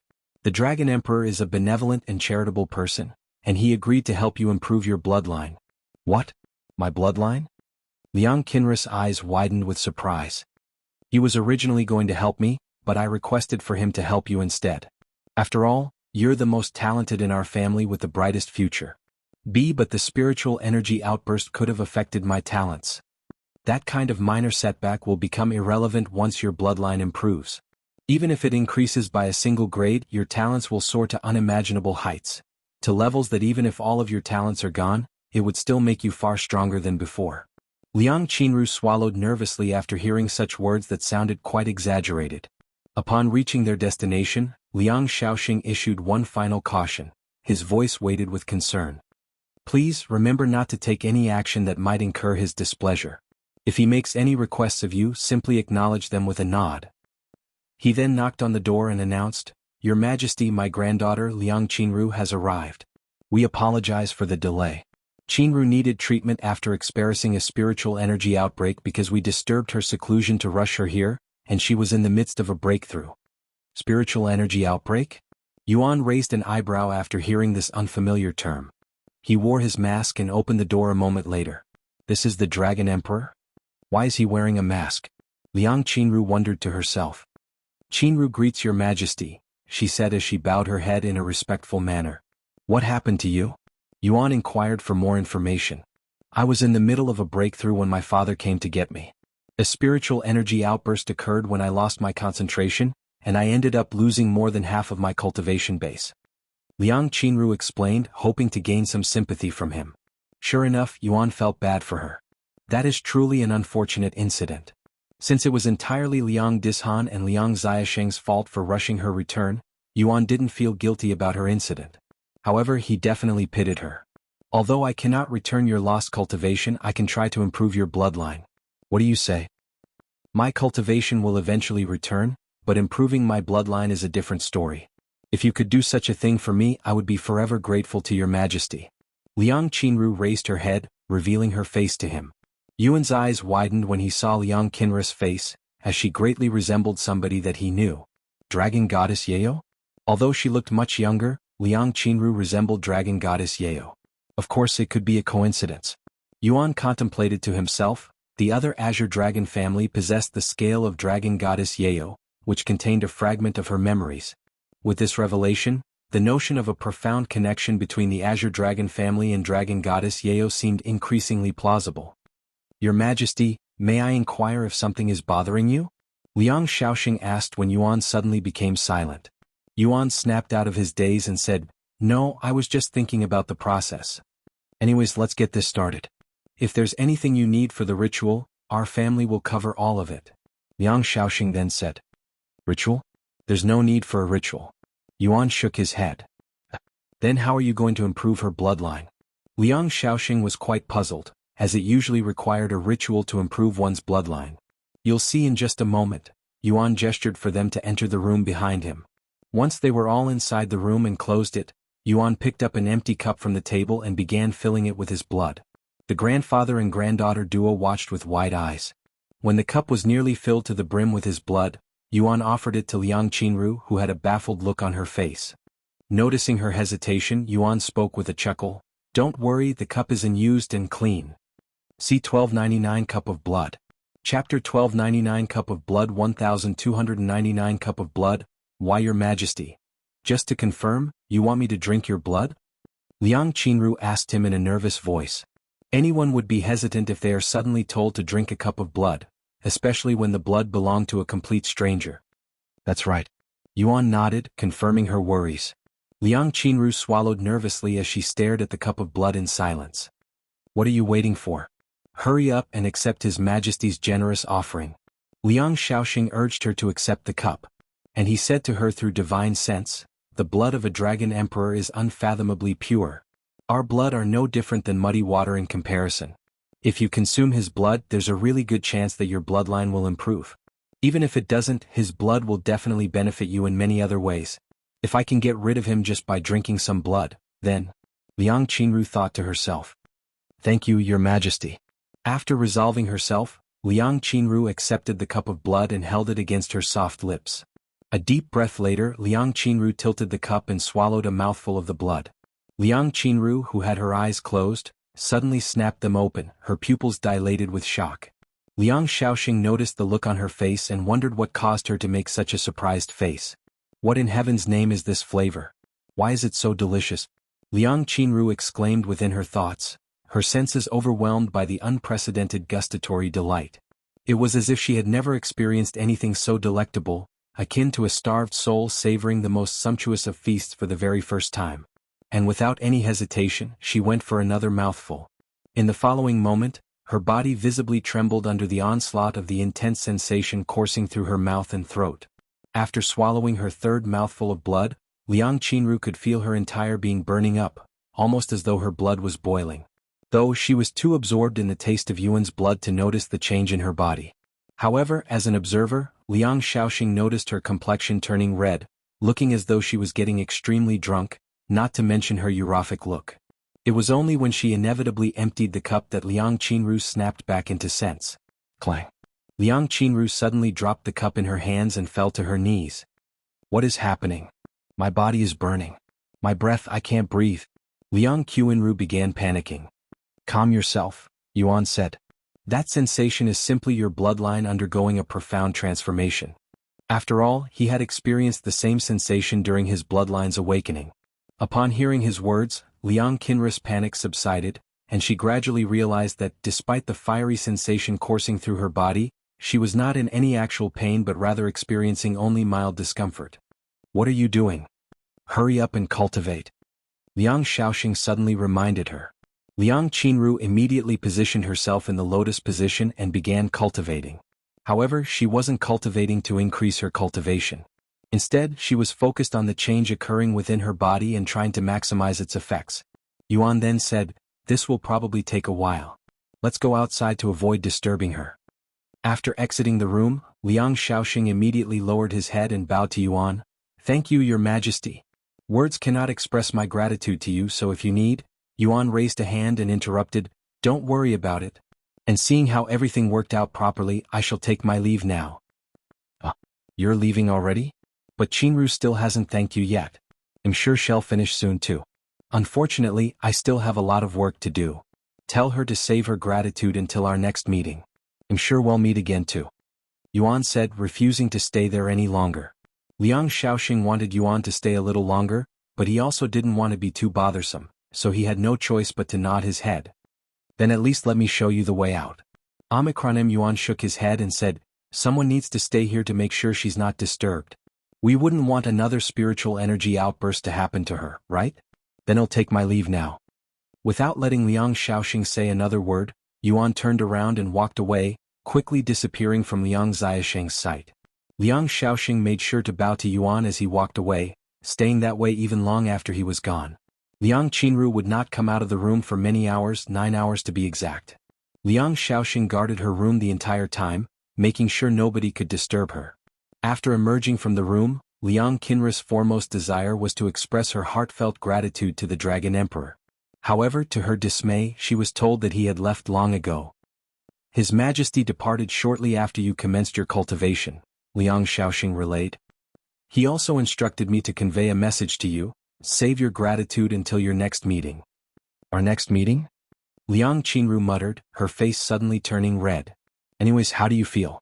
Liang Xiaosheng inquired about her condition a moment later. Liang Qinru clenched her fists and muttered, my body is overflowing with strength even though my cultivation hasn't recovered a bit. I don't know how much my bloodline has improved, but I can say with certainty that I am currently stronger than I was before my spiritual energy outburst despite having a lower cultivation. Is that powerful? Liang Xiaosheng swallowed nervously after hearing such outrageous claims. In fact, I can still feel my bloodline getting stronger as we speak. This is simply incomprehensible. Liang Qinru sighed, feeling a sense of awe. She looked at Liang Xiaosheng and asked, by the way, His Majesty, what was his name? Liang Xiaosheng made a weird face upon hearing her question, as it made him realize that he never asked for a name. C1300 Partaking in the Exile Recruitment? Chapter 1300 Partaking in the Exile Recruitment 1300 Partaking in the Exile Recruitment? You don't know his name. I can't believe you'd make such an embarrassing mistake, Grandpa. Liang Qinru was livid after learning of this information. What? Is there really a need to know his name?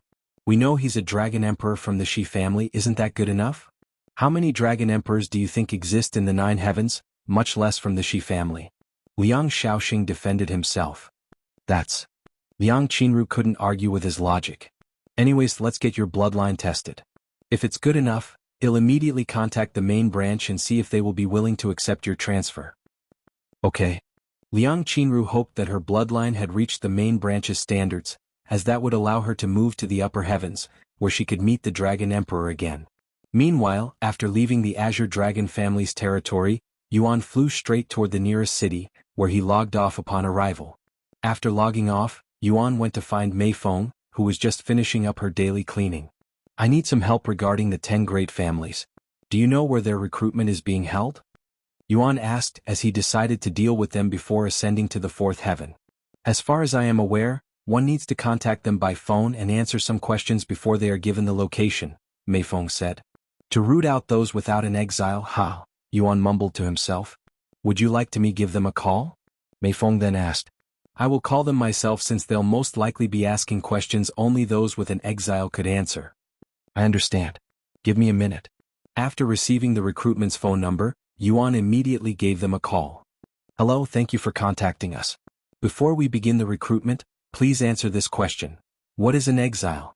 The person on the other side of the phone asked Yuan.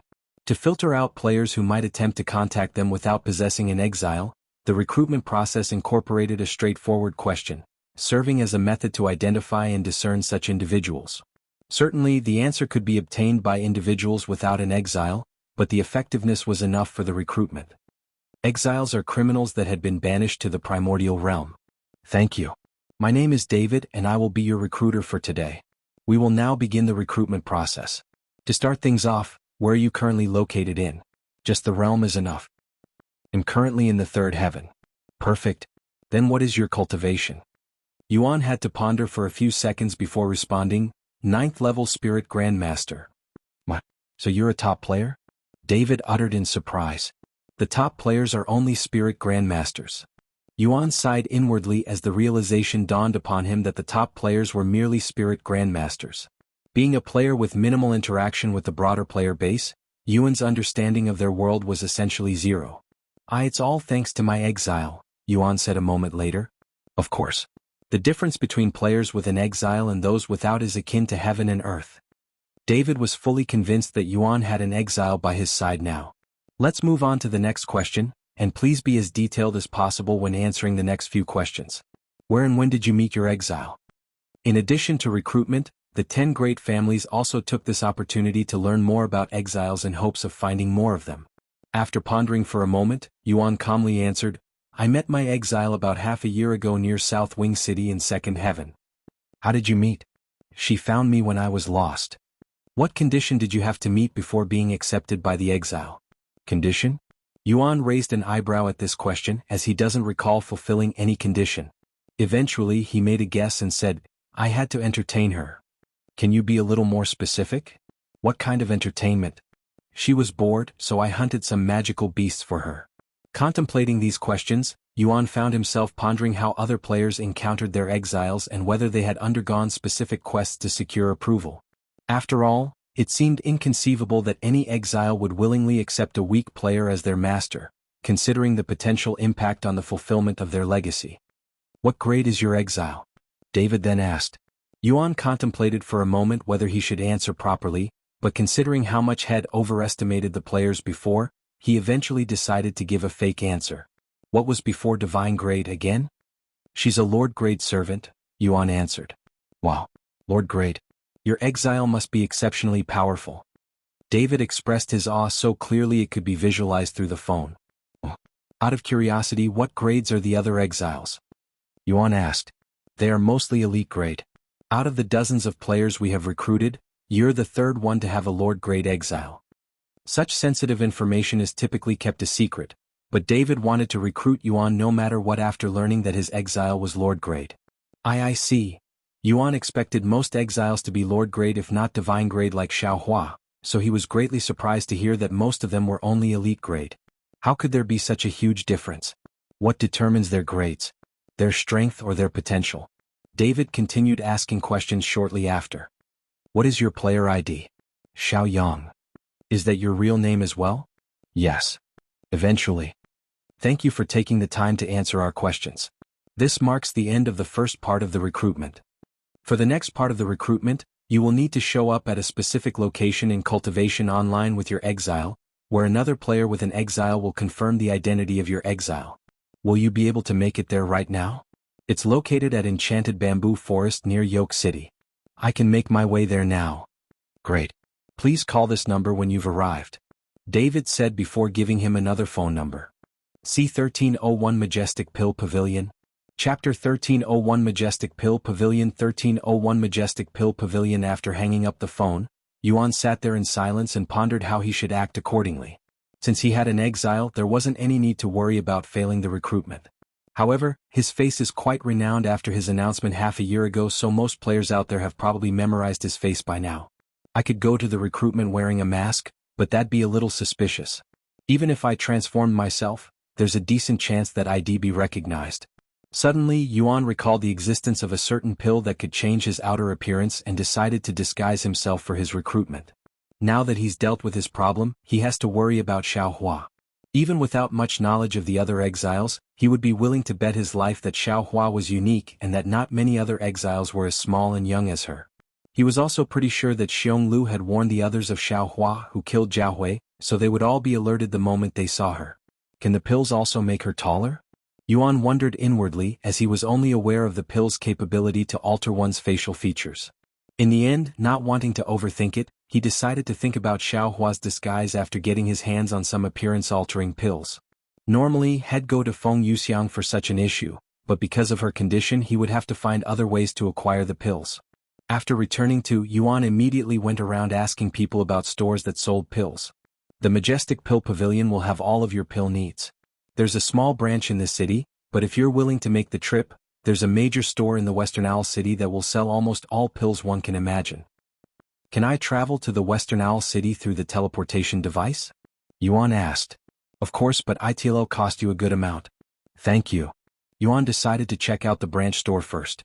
The branch store was smaller than Yuan had envisioned. The interior was barely large enough to fit a dozen people inside at once, and there was only one person working at the desk. "Welcome to the Majestic Pill Pavilion. How can I help you?" the worker there asked when Yuan approached the desk.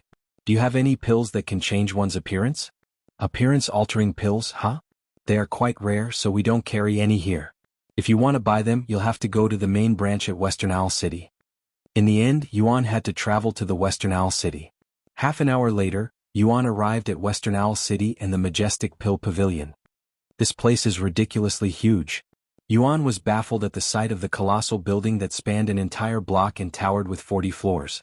The place looked more like a royalty's apartment building than a store. Having seldom relied on pills in his journey, Yuan possessed limited knowledge when it came to the intricacies of the pill market. In the world of cultivation, pills stand as an indispensable resource for both cultivators and mortals alike. Whether sought for medicinal purposes or to enhance one's cultivation, pills often take precedence over treasures due to their abundance and effectiveness. Yuan entered the building shortly after. The first floor consisted mostly of reception desks and information boards for the other floors. "Thank you for waiting. Here is your order, Senior Huang." The worker handed a box of pills to the customer. On the first floor, ordinary customers could order pills and pick them up at a later date. If one wanted a specific pill, they could find them at the information board, where hundreds of jade slips could be found hanging. Each jade slip contained information regarding all of the available pills in the store and which floor they could be found on. After looking through the jade slip, Yuan found the appearance-altering pills on the 7th floor. However, something else intrigued him. On the 35th to the 37th floor, there were alchemy classes being taught. The 35th floor is meant for beginners with less than 10 years of experience.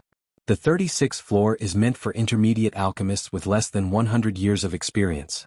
Last but not least, advanced alchemists with over 100 years of experience go to the 37th floor.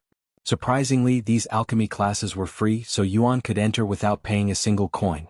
However, the classes are taught only once a month. There are classes in session today on the 35th floor. Yuan pondered, taking a peek inside briefly after he finished with his shopping.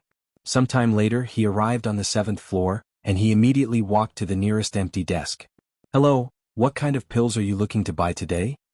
The worker, a handsome young man, greeted him with a bright smile. "Appearance-altering pills." "Certainly. They are currently 25 spirit stones each. How many would you like to purchase?" 100 spirit stones. That's 100,000 gold coins for a single pill." Yuan cried inwardly after hearing the price. Fortunately, he was pretty rich. "I'll take 2. Despite his immense wealth, Yuan only bought what was necessary. "Oh, can these pills alter one's height?" he then asked. "Unfortunately, they can only alter your facial features. Only the grand appearance-altering pills can achieve full body alteration. Those are 1,000 spirit stones each, but even cultivators at Spirit Enlightenment won't be able to see through your disguise." Yuan's eyes widened at the price and he asked, "What about the appearance-altering pills? Who will be able to tell the difference?" "They will work against spirit lords at best, but even then, if someone is experienced with disguises, they would be able to tell even if they are only a spirit grandmaster," the worker explained. "The exiles at the recruitment will mostly be spirit kings, so that would render the ordinary appearance-altering pills pointless." "Okay, it'll take 2 grand appearance-altering pills instead." Yuan handed over 2,000 spirit stones. "Thank you. I will bring them to you right away," the young man said before disappearing into one of many back rooms on that floor. C1302 Alchemy Flames. Chapter 1302 Alchemy Flames. 1302 Alchemy Flames. The young man returned with a small wooden box a few minutes later. He opened it before Yuan to show the 2 red pills resting inside. "Please confirm the product." Grand Appearance Altering Pill, Tier 4, Purity, 81%, Effects, alters one's appearance. Will last for 6 hours. Description: a spiritual pill concocted by pill expert Xiaosheng. Limit: once every 6 hours, Grand Appearance Altering Pill, Tier 4, Purity, 87%, Effects, alters one's appearance. Will last for 6 hours. Description: a spiritual pill concocted by pill expert Huang Li.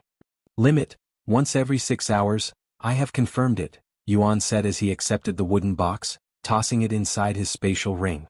"Is there anything else that I can help you with?" "No, this is all. Thank you." Yuan walked away, making his way to the 35th floor to take a glimpse of their class. Upon arriving at the 35th floor, Yuan was greeted by a large door with 2 Spirit Lord guards. "I'd like to experience the alchemy class," Yuan said to the guards as he approached them. The guards silently inspected him for a moment before nodding their heads. Yuan opened the door and entered the massive room. The room's interior, devoid of decorations and furniture for space efficiency, housed over 500 people at a glance. They sat in silence, attentively observing a middle-aged woman on a platform at the room's end as she skillfully concocted pills. Yuan took a seat at an empty spot and used his divine sense to take a closer look at the concoction. Since he watched Wang Xiaoying concoct pills before, he understood the basics and the middle-aged woman's current progression. Since she's still melting the ingredients, she must just started. 3 hours later. She's still melting the ingredients? It took Wang Xiaoying only an hour to finish. Yuan wondered if the pill being created was much more powerful than the Tier 2 pill Wang Xiaoying had concocted. Eventually, after waiting 4 whole hours, the alchemist on the stage intensified the strength of her alchemy flames, causing it to dance vigorously.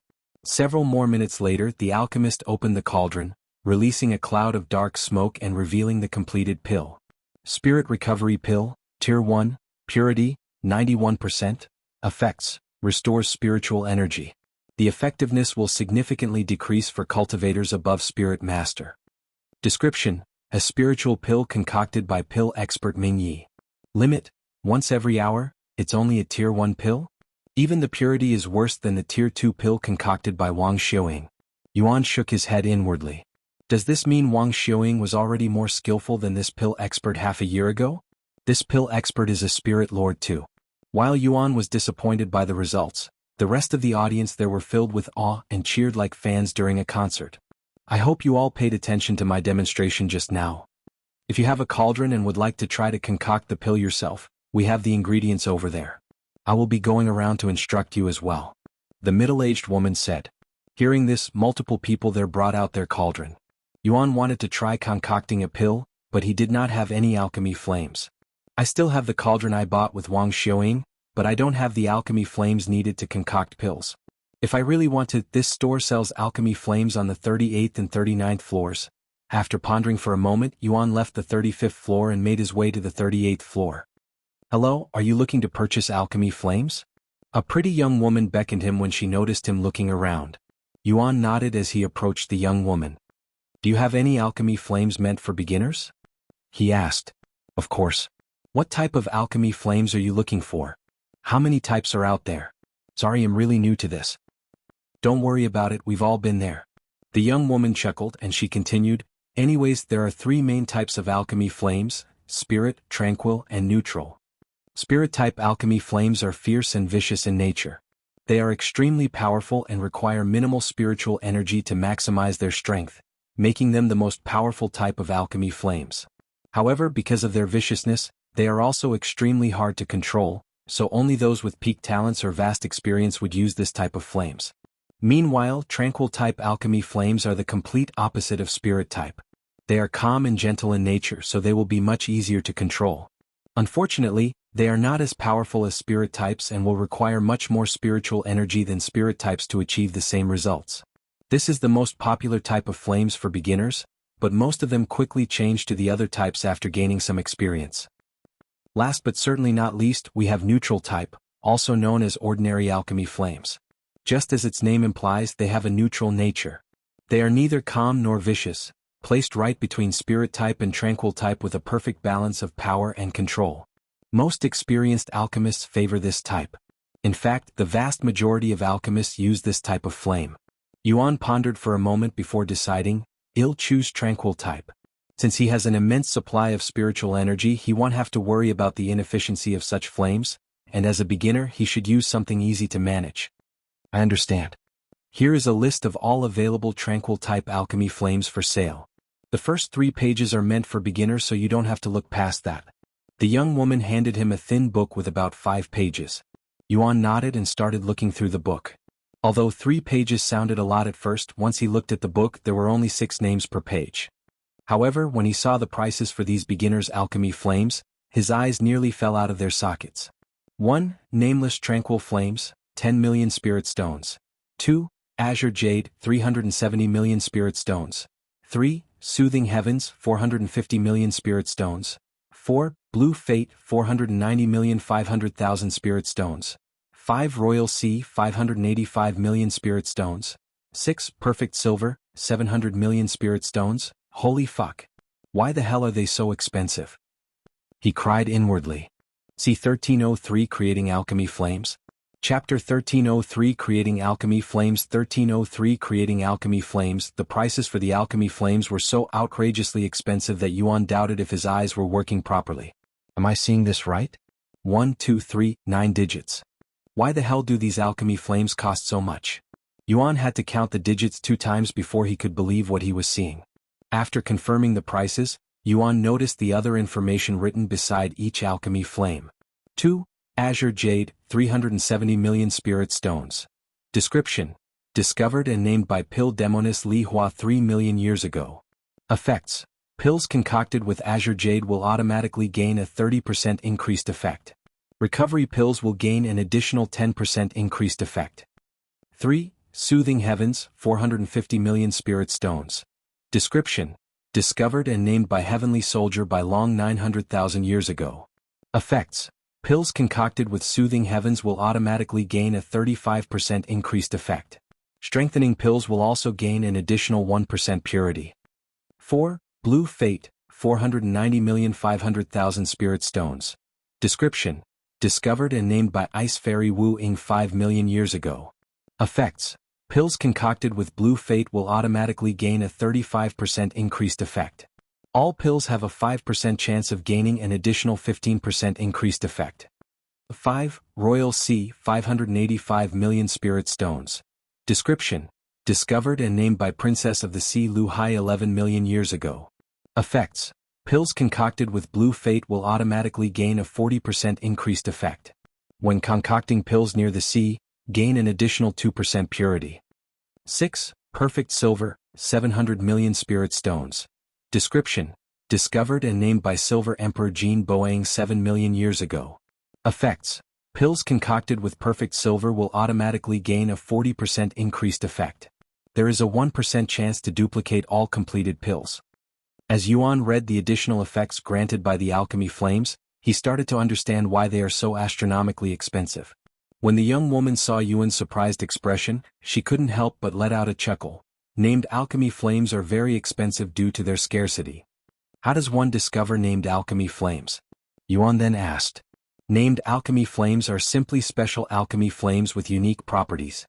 They can be found anywhere in the world, and when they are discovered for the first time, the individual who discovered it may give it a name. Are named alchemy flames one of kind? Certainly not. Most named alchemy flames have identical duplicates.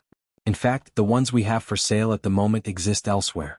However, certain alchemy flames are considered one of kind, as only one has ever been discovered to this day. If I recall correctly, there are exactly 10 one-of-kind named alchemy flames in existence at the moment. Yuan pondered for a moment before asking, if I were to acquire nameless alchemy flames today, would it be difficult to change it in the future? No, but you will need to learn how to control your new flames from scratch. Some experts also carry more than a single type of alchemy flame. After learning all of this information about alchemy flames, Yuan pondered if he should spend 10 million spirit stones just to try out alchemy. While I have plenty of wealth after looting the Nameless Emperor's tomb, it's not as though I have any spirit stones on me since I still need to sell the treasures. He had planned on selling the ancient grade treasures he took from the Nameless Emperor's tomb in the fourth heaven since there is more wealth in that place compared to the third heaven. Besides buying them, are there any other methods to acquiring alchemy flames? Yuan suddenly asked. Of course. Most nameless alchemy flames are not found in the wild but created by alchemists, you know. Eh? Really? The young woman nodded and said, if you want to try creating your own alchemy flames, we can sell you the method to do so. I'll only cost 100 spirit stones. Why is it so cheap? Yuan was surprised when he heard about the low price. While this method is public information, it's not something you can learn by going around asking people. Also, not everyone has the capability to create their own alchemy flames. Only 1 in 100,000 people have such talent. I'd like to purchase the method. Yuan decided a moment later. Okay, give me a second. The young woman reached underneath her desk and retrieved a thin book. She handed it to him after being paid 100 spirit stones. "We have seclusion rooms on the 20th floor if you wish to use them," the young woman said afterward. "By the way, how long does it usually take to create alchemy flames?" Yuan asked. "If you have the talent, it won't take more than several minutes." "I see, thank you for all the help." Yuan made his way to the 20th floor shortly after. Upon arriving, he was greeted by several hallways with multiple closed doors in each hallway. "Are you looking to use a room?" A worker there approached Yuan a moment later. "Yes. That will be 5 spirit stones for 30 minutes with a limit of 2 hours per person." "How long do you intend on staying?" 30 minutes should be enough." "I understand. Please follow me." The worker proceeded to lead Yuan to one of the available rooms. After paying 5 spirit stones, Yuan entered the room. The second the door closed, a timer appeared on the blank wall. 29:59. Yuan didn't waste any time and immediately started studying the book. After memorizing the entire content in less than a minute, Yuan closed his eyes and began following the instructions on creating his own alchemy flame. Alchemy flames are essentially highly condensed spiritual energy. Just like air, when compressed enough, their temperature rises. However, that is just the basic logic behind it. Actual alchemy flames are on a completely different level. As he sat on the floor in the lotus position, Yuan positioned his hands to face each other with a few inches between them, almost like he was preparing to clap them. Within a few seconds, Yuan sensed a warm sensation enveloping his palms. This warmth steadily intensified until, eventually, a small ball of flame materialized between his hands. C1304 Yuan's Alchemy Flame.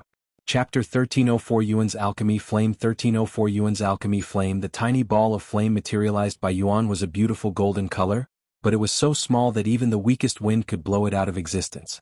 Fortunately, the alchemy flame was only half completed, so there was still more work to be done. As Yuan continued to compress his spiritual energy and add it to the existing flame, the golden alchemy flame gradually grew larger and larger.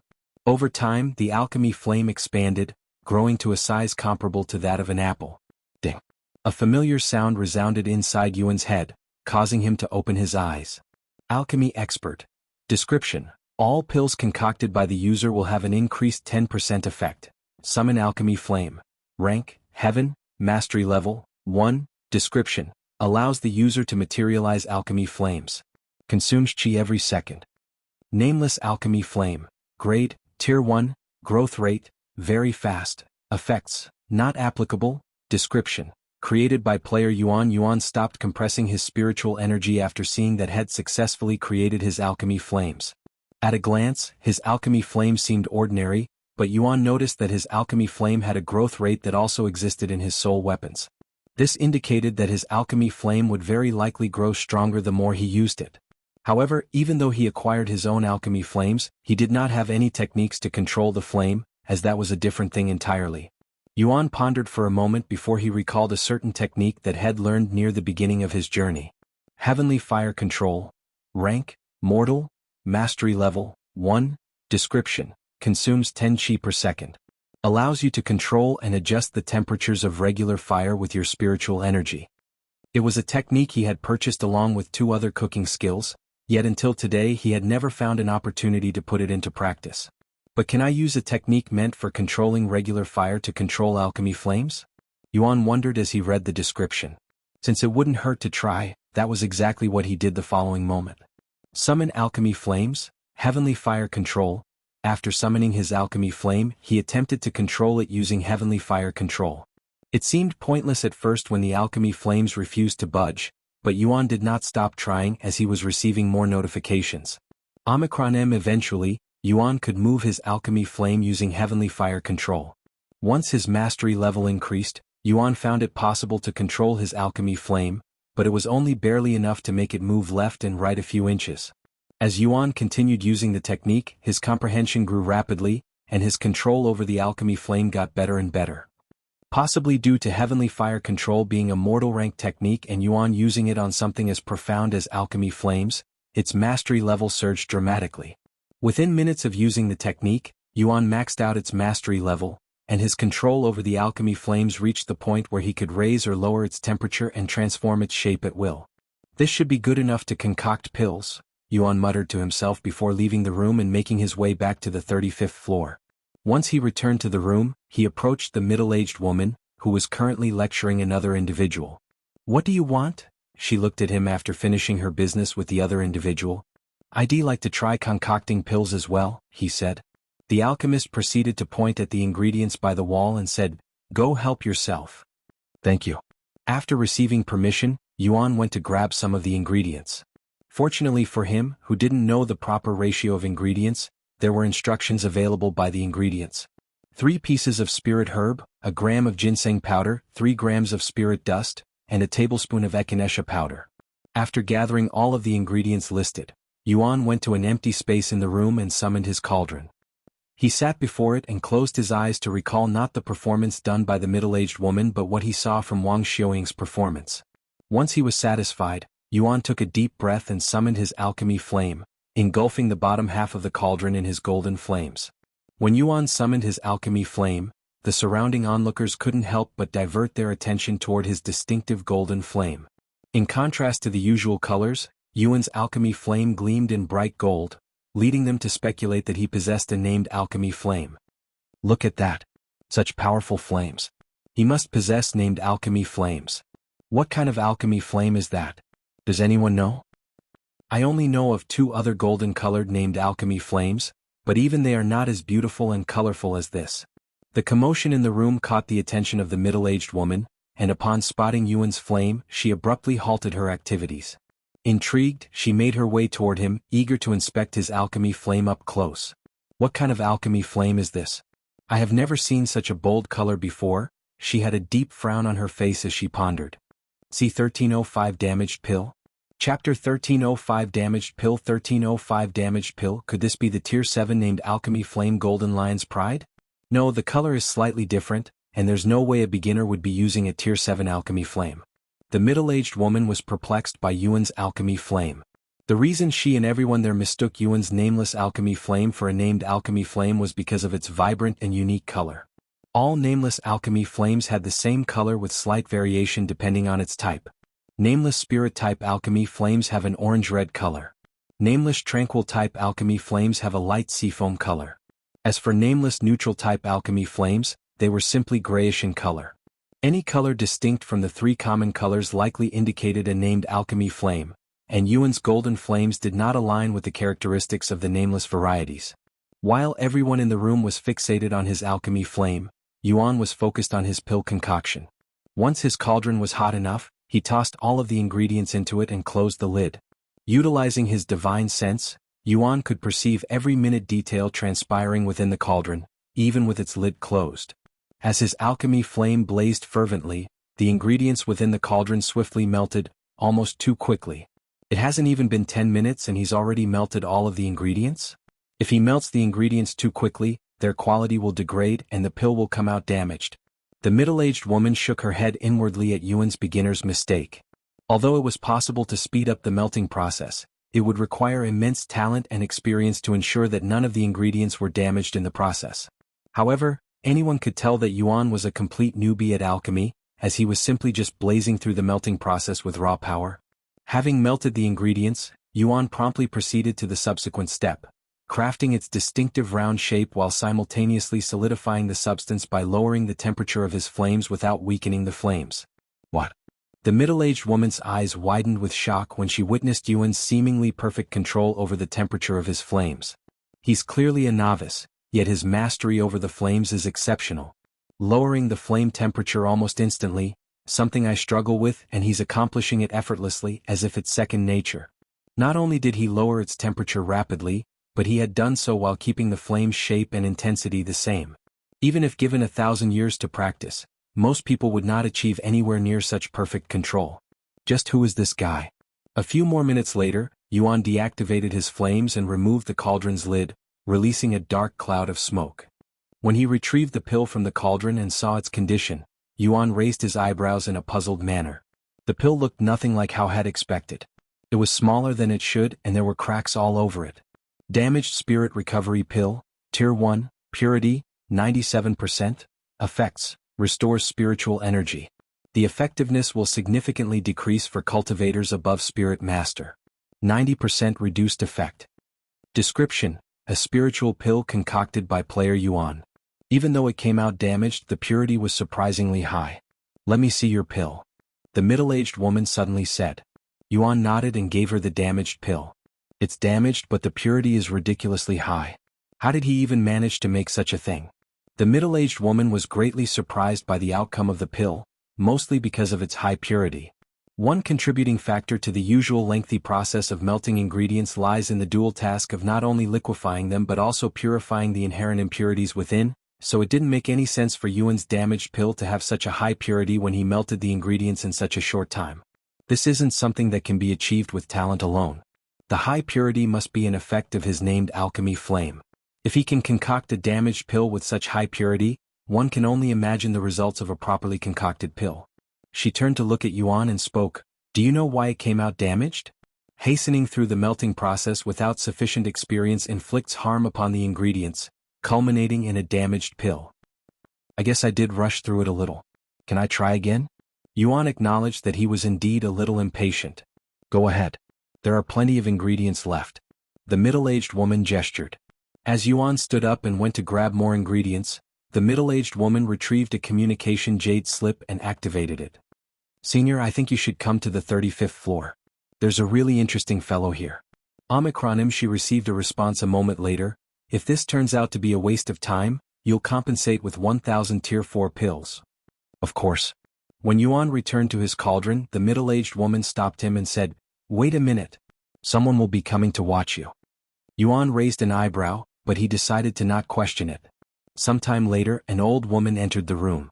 When the people inside noticed her presence, they were all greatly shocked. It's Pill Grandmaster Zhao. The only Pill Grandmaster in the third heaven. What is someone like her doing here? The people there were greatly baffled by her appearance. They wanted to greet her, but nobody there dared to approach her, as her status was simply too high for them. Pill Grandmaster Zhao directly approached the middle-aged woman who summoned her. Ma Qingyun, I hope you're prepared to spend the rest of the year concocting pills for me, she said with a cold smile. The middle-aged woman, Ma Qingyun, smiled and said, You haven't even seen anything yet, master. She then gestured at Yuan and continued, He's the one. Pill Grandmaster Zhao turned to look at Yuan and his cauldron for a brief moment before sighing out loud, What a waste of time. C1306 Expert in Disguise. Chapter 1306 Expert in Disguise. 1306 Expert in Disguise. You may begin now. Ma Qingyun said to Yuan shortly after Pill Grandmaster Zhao arrived at the scene. Yuan nodded and immediately summoned his alchemy flame. What? Pill Grandmaster Zhao nearly stumbled back in surprise at the sight of Yuan's golden flames. Her eyes widened in disbelief and shock. Yet, it wasn't just the golden hue that astonished her the most. It was the exceptional purity of the flames. I have never seen such pure alchemy flames before. Does his body not contain any impurities? That shouldn't be possible for someone his age and that level of cultivation. A smile appeared on Ma Qingyun's face when she saw Pill Grandmaster Zhao's reaction to Yuan's alchemy flame. I knew it was the right call to summon you, she chuckled inwardly. Chem? However, Ma Qingyun suddenly frowned when she saw what Yuan was doing in the cauldron. This little. I just told him that rushing the melting process will only result in a damaged pill, but he's still doing it. Ma Qingyun wondered if Pill Grandmaster Zhao's presence had anything to do with it. After all, anyone would be nervous if they were being watched by the best alchemist in the third heaven.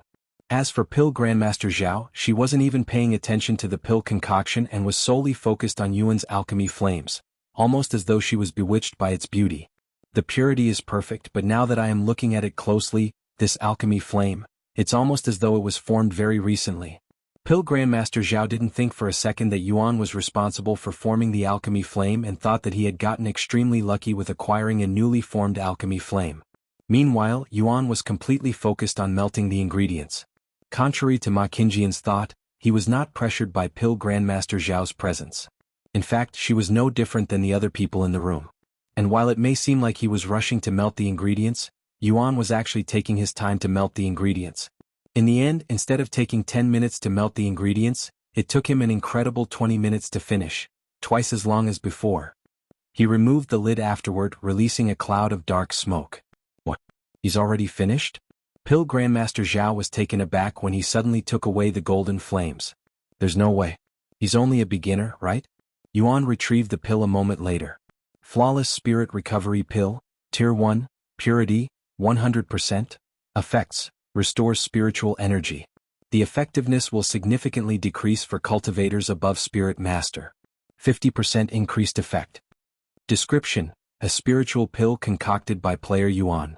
A smile appeared on Yuan's face when he saw the condition of the pill. It did not have a single crack on it, and the surface was as smooth as a pearl. Let me see that pill.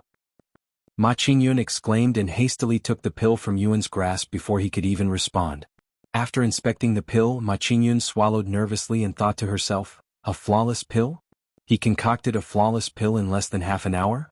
Even if it's only a tier 1 pill, this isn't something I can achieve. She turned to look at Yuan with a doubtful gaze as she was suspicious of his identity. Is he really a beginner? No, there's no way. He's definitely an expert. Now that I think about it, there's no way a beginner would have a named alchemy flame. Ma Qingyun became filled with anger when she came to this realization. I've been fooled.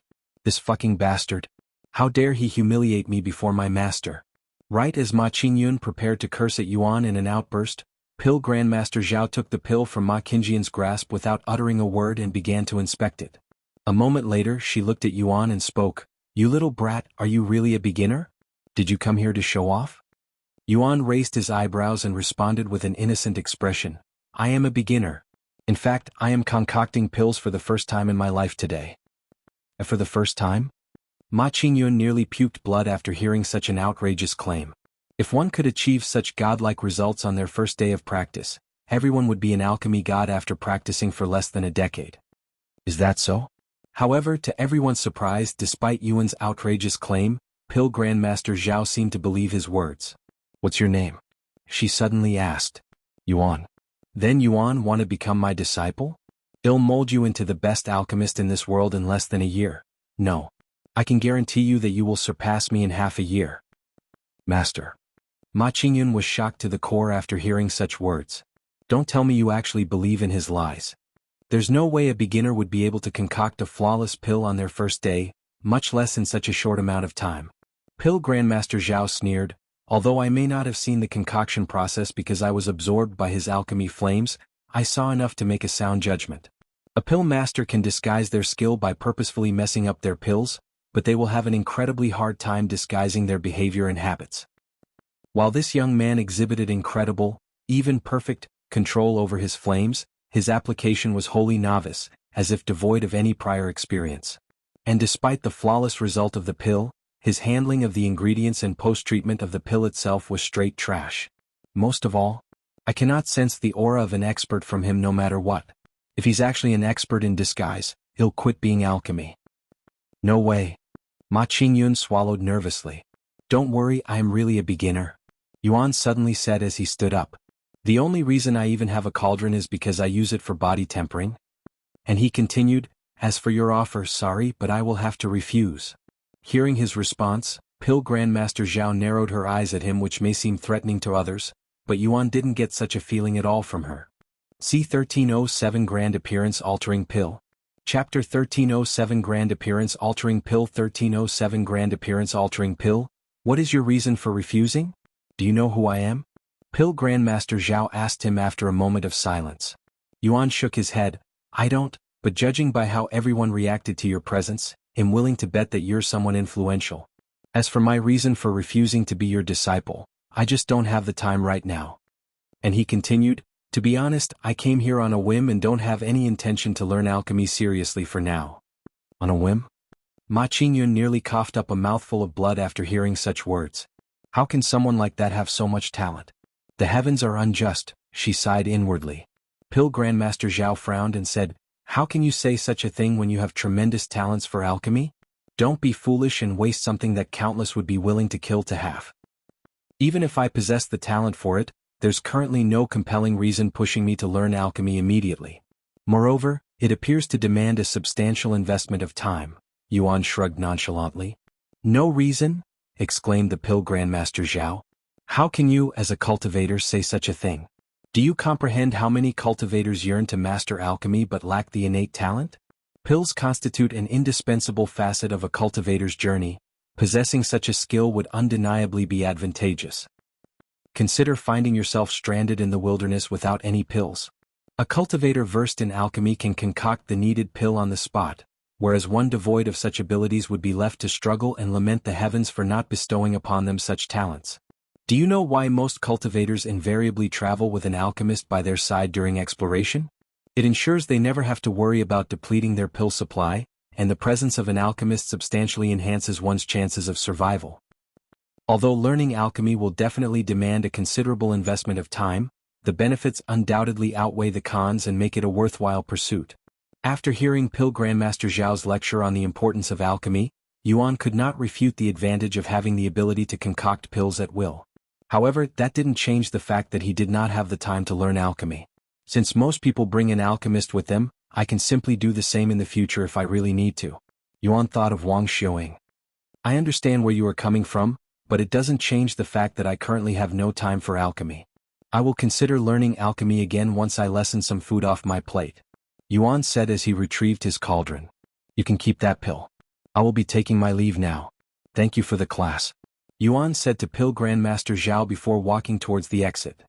Pill Grandmaster Zhao could only silently shake her head as she watched Yuan leave the room. Are you really going to let him leave? Ma Qingyun suddenly asked. What do you want me to do? Beg him to stay? He made a decision and I will respect it. If he's really as talented as I think he is, I doubt starting a little later will do much to hinder him. Pill Grandmaster Zhao shrugged. And she continued, and to be completely honest with you, I'm not confident that I have the capability to teach a monster like him.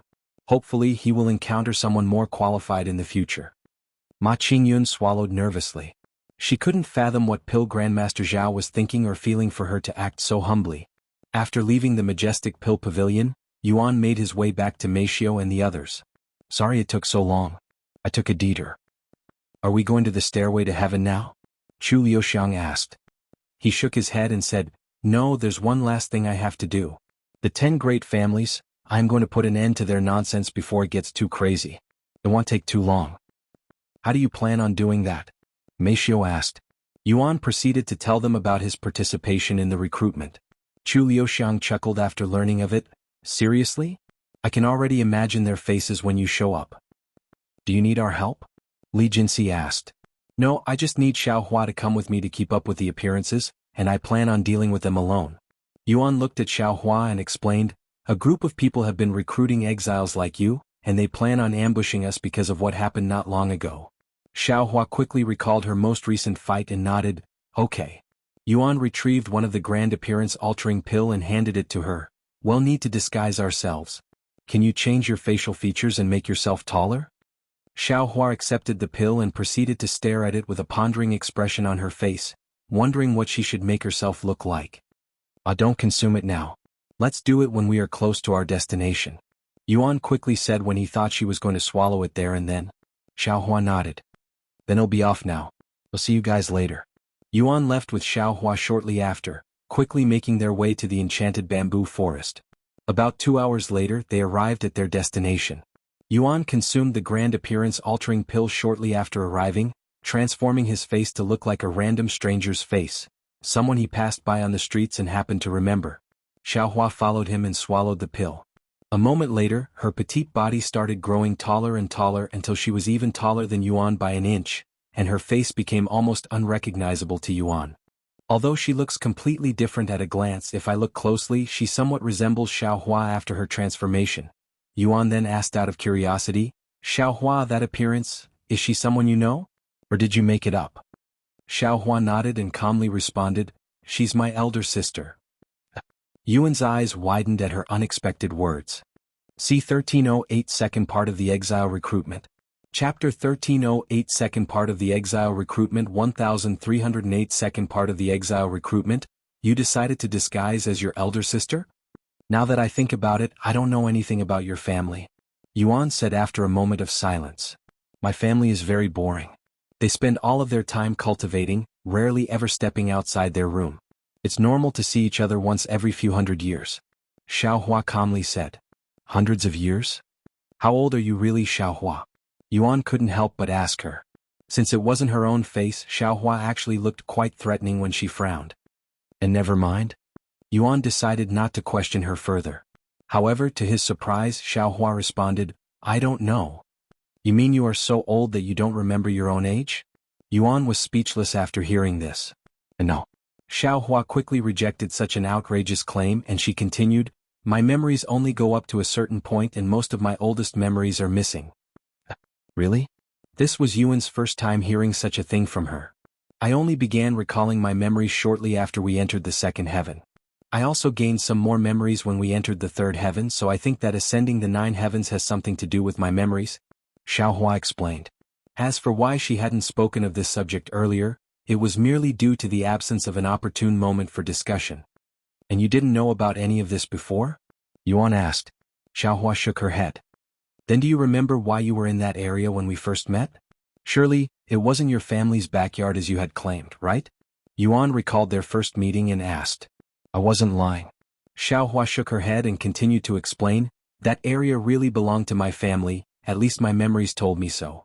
After a moment of silence, Xiaohua looked at Yuan with a worried expression and said, Brother Yuan? What? If Xiaohua regains her memories and becomes someone different, you can abandon her. I won't blame you.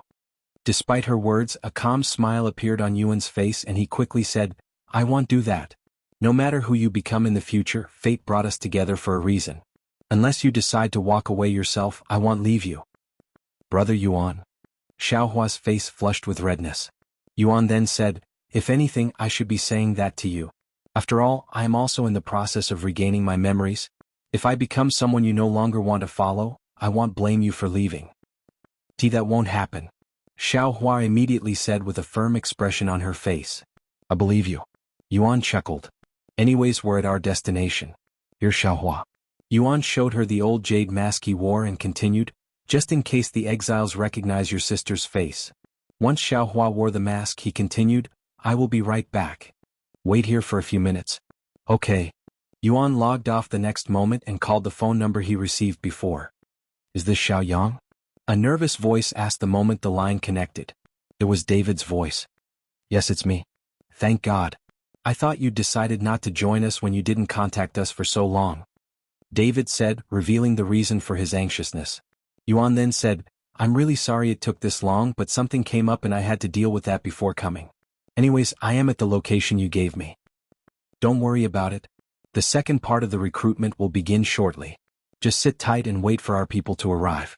I understand. Yuan returned to cultivation online after hanging up. Omicronim, now we wait. Yuan said to Xiaohua. He also made sure to suppress his aura all the way to Spirit Grandmaster. About 20 minutes later, Yuan could sense 2 individuals approaching their direction from a distance. One of these individuals had the aura of a Spirit Master while the other individual exuded the aura of a Peak Spirit King. It was obviously a player in their exile.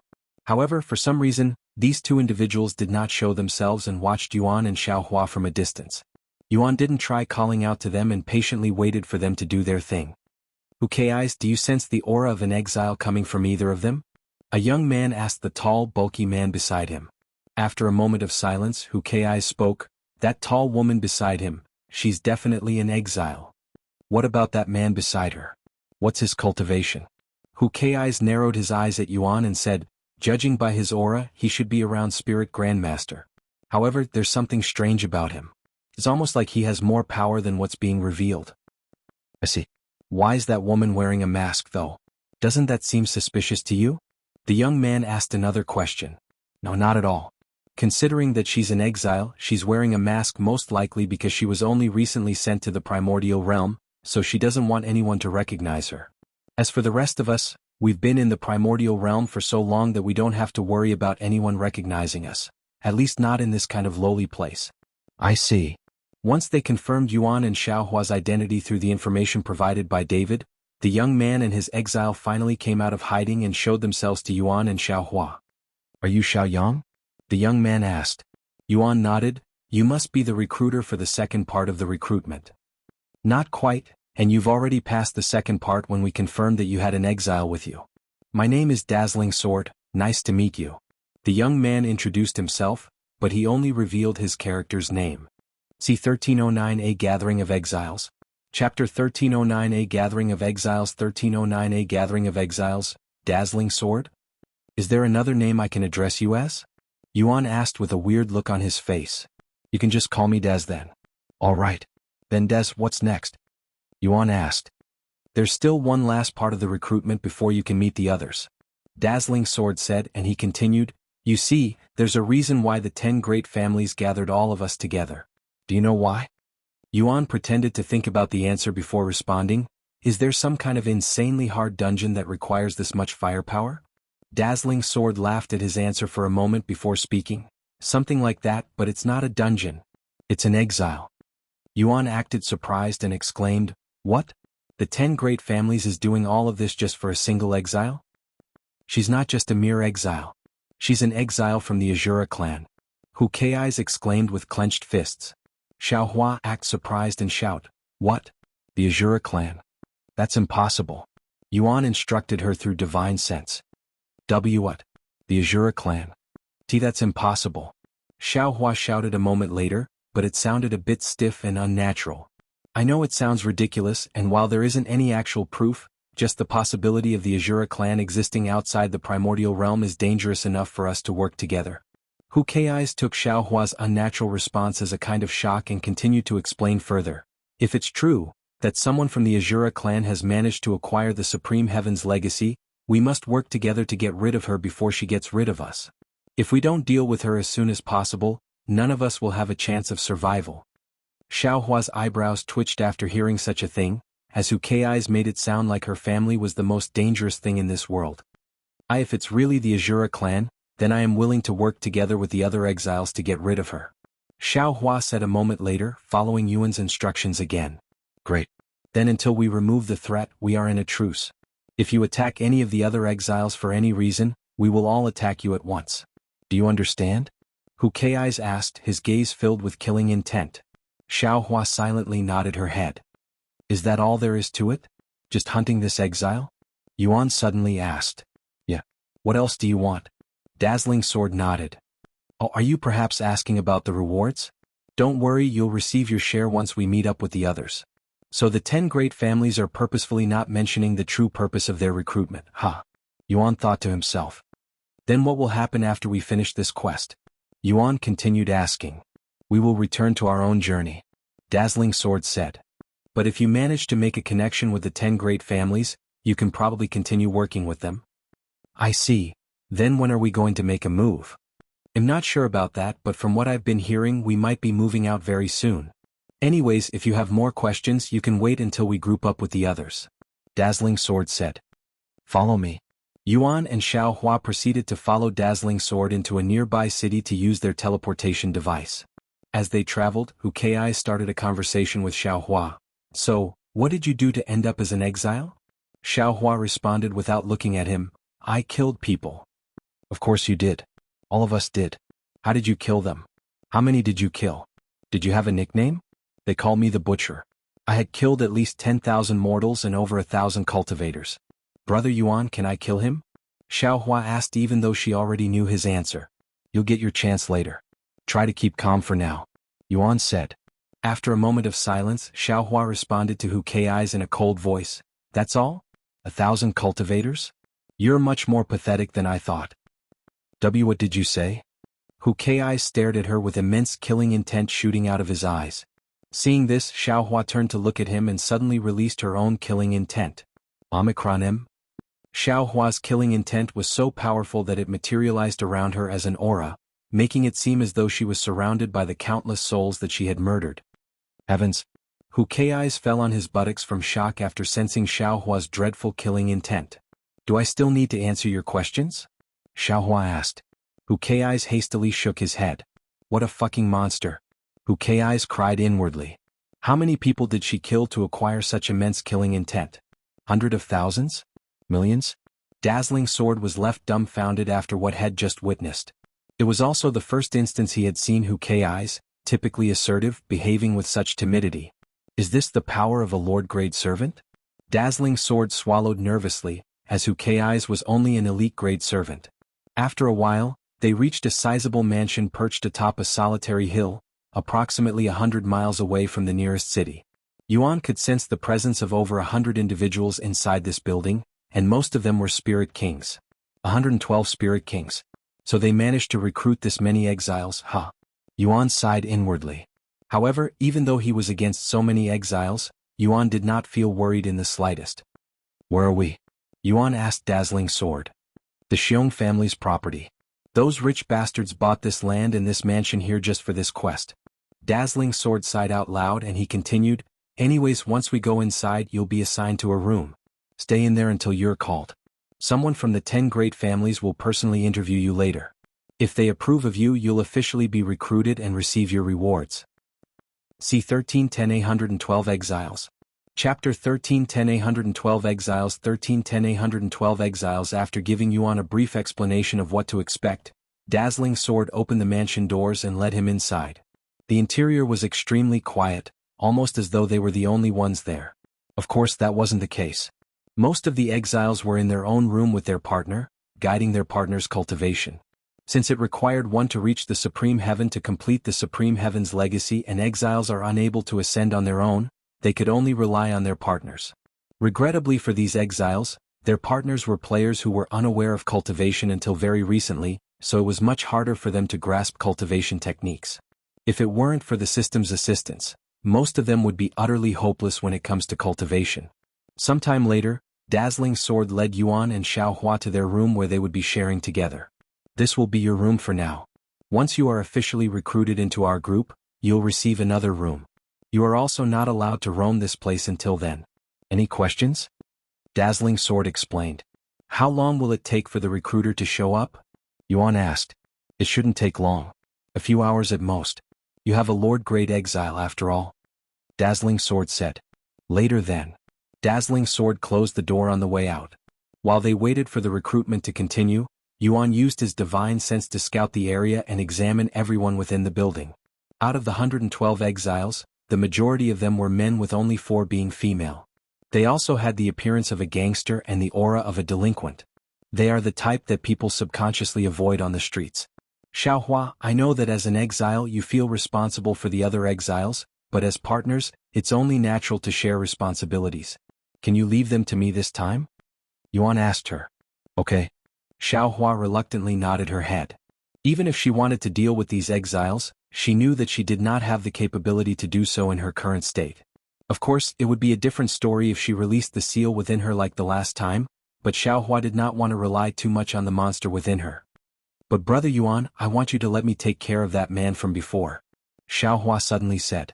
While she may not be able to fight over 100 exiles at once, she definitely didn't mind taking care of one. I don't mind. Yuan nodded. About half an hour later, Yuan turned to look at the door when someone knocked on it. They came earlier than ID expected. He went to open the door to find a beautiful young lady standing outside. Yuan raised his eyebrows after seeing this woman with a familiar face. This woman.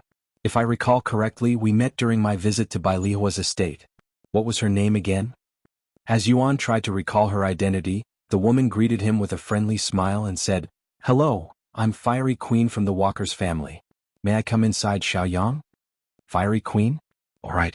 She tried to recruit me to the Walker's family back then. Yuan finally recalled her identity.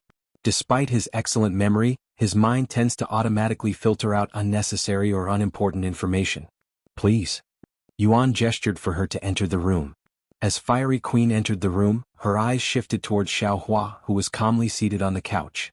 Once they were all seated, Fiery Queen spoke. In case you don't know, I am from the 10 great families that organized this quest. Yuan smiled and said, I have heard of you. Good, then let's start the final recruitment. Actually, this is more like an interview since you are pretty much already recruited. You have been briefed about our mission by Dazzling Sword, correct? Fiery Queen asked. Indeed. Our mission is to defeat an exile who hailed from the Azura clan. That's right. Her existence is incredibly dangerous and would hinder not only the other exiles but also us, players. Fiery Queen said with a serious frown on her face. Just how powerful is this exile? Yuan asked. She's strong enough to treat other exiles as toddlers. However, now that there are over 100 of us working together, it will only be a matter of time before we defeat her. Seeing how she refused to talk about him, Yuan decided to poke the bear at the hornet's nest a little. This exile, she should also have a partner, right? Do we know who it is? Fiery Queen's face twitched a little after hearing his question, and she hastily said, As far as I am aware, this exile is working alone. If she doesn't have a partner, how could she threaten us? I was told that exiles are not allowed to ascend by themselves. While they cannot ascend alone, they can still do other things such as hindering other exiles and players. This exile from the Azura clan is extremely cruel and bloodthirsty. In fact, she had killed over 100 players already. Is that so? If she's that dangerous, she definitely needs to be stopped. I'm glad that we are on the same page. Now let's talk about our contract. Since you are willing to work with us, we will supply you with a heaven-grade treasure. Unfortunately, we don't have any on hand right now since they had all been taken by those who came before you, but if you see a heaven-grade treasure that you would like to have on sale anywhere, we will purchase it for you. As for your money of $5 million, we will send it to you the moment we have your bank information. Yuan nodded. Sounds great. Fiery Queen then continued with a fierce look on her face. However, I must warn you, once our money is in your bank, you can no longer back out of this quest. If you do so, we, the 10 great families, will crush you with our full force. Do you understand? Of course. I wouldn't dare to do anything like that. Yuan nodded with a calm smile. C1311 Player Yuan's Sudden Appearance. Chapter 1311 Player Yuan's Sudden Appearance. 1311 Player Yuan's Sudden Appearance. After getting his response, Fiery Queen said, "You can give your bank information to the one who recruited you through the phone. The payment will be made within 24 hours. The same goes for your heaven-grade treasure. Any questions before I leave you alone?" Just one. Yuan raised a finger as he said, "When are we going to deal with this exile? Dazzling Sword told me that it won't be long before we act." "We will act the moment we confirm the location of PLA, this exile," Fiery Queen said, nearly slipping and saying Player Yuan. And she continued, "Don't worry, it shouldn't be long before we find her. We have thousands of people actively looking for her." "Is that so? I hope we find her soon so I can get back to the game," Yuan said with a mysterious smile on his face. "So they are looking for me, huh?" Not only was he being hunted by the Celestial Emperor and thousands of experts from the upper heavens, but even the players were looking for him. Yuan could wipe out everyone in the mansion at any moment, but he wanted to wait until the main culprits gathered so he could take care of them at once. Since they are actively keeping the fact that they are hunting me a secret, these players have no idea what they signed up for and are just a victim to their scheming. Yuan had no intention of hurting these players, especially since there was a chance he could hurt their souls and cripple their cultivation. However, as for their exiles, I will erase every last one of these criminals. This will also increase Xiaohua's chances at the Supreme Heaven's legacy. While he planned on sparing the players, he was adamant on dealing with the exiles. No more questions, right? Then I will leave you alone for now. You can use this mansion as you like. There's even a swimming pool if you want to refresh yourself. After Fiery Queen left the room, Yuan turned to look at Xiaohua and said, "I will be right back." He logged off the following moment. Sometime later, he went to find Mei Feng. "Can you do something for me?" he asked her. "It depends on what you need. I'd like you to spread some rumor on the internet about me appearing in a certain location in. I can do that, but what are you planning?" Yuan proceeded to tell her about the current situation and how he needed to reveal his presence so he could act. "I see. Give me an hour or so and your presence will be known by almost everyone on the internet," Mei Feng said with a confident smile on her face. "Great. As for the location." Sometime later, Mei Feng retrieved her cell phone and called a certain individual. "It's me. I need you to do something for me." Shortly after Mei Feng's phone call, rumors of Yuan's location began to spread in every forum and blog related to. "Devil Dog, you won't believe this, but I just met the famous player Yuan today. We even shook hands. 9 lives, really? Where did you find him?" "Blue Chicken, if it's player Yuan, I saw him too. Though I didn't dare to approach him. Cancel me. Nobody has seen player Yuan for over half a year and he suddenly appeared out of nowhere? CMSUS. Finish him, right?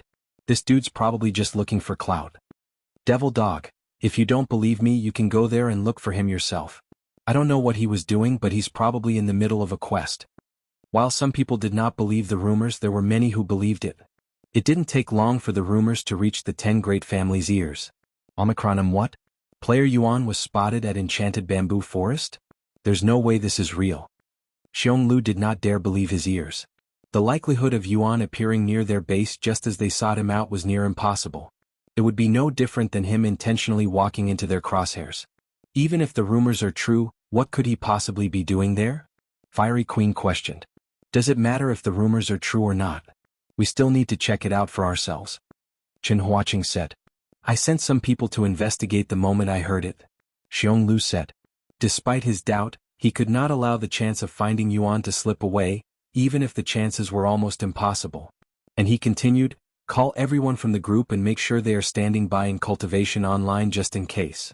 Meanwhile, when Yuan returned to Cultivation Online, he said to Xiaohua, I'm going out for a bit. Somebody comes here and asks for me, just tell them that I went somewhere. If they ask where, tell them you don't know since I disappeared into thin air. Okay. Xiaohua nodded. I'll need to use your mask for a bit. Do you have anything else to cover your face? Yuan asked. I do. Xiaohua proceeded to take out another mask from her spatial ring before handing back the black jade mask to Yuan. A divine-grade treasure? Yuan raised his eyebrows after sensing the aura coming from her mask. Xiaohua calmly nodded in acknowledgement as she nonchalantly wore the mask. Just how many treasures do you have? Yuan chuckled. A short moment later, Yuan silently left the mansion and made his way to the enchanted bamboo forest. When he arrived at the enchanted bamboo forest, Yuan started to wander the place casually as he waited for people to show up. After waiting for around 15 minutes, Yuan sensed an approaching presence and made his way to this person. That mask. Could it really be Player Yuan? This person exclaimed when he saw Yuan and his renowned black mask appearing out of thin air. Hm? Who are you? Yuan pretended to encounter him by chance and asked. Are you Player Yuan? The player asked. I am. Yuan calmly nodded. I am Mui. I rushed here when I heard that you were here. I'd like to request a match with you. Please. The player said. C1312 Poison. Chapter 1312 Poison 1312 Poison, you want to spar with me? What? Yuan asked the player out of curiosity. My reason? I want to see how powerful you are, to confirm whether you are as strong as they say. Mui said. I see. Yuan inspected Mui. He was only a spirit master and it looked like Head made the breakthrough very recently. An opponent of this level was akin to an ant before Yuan.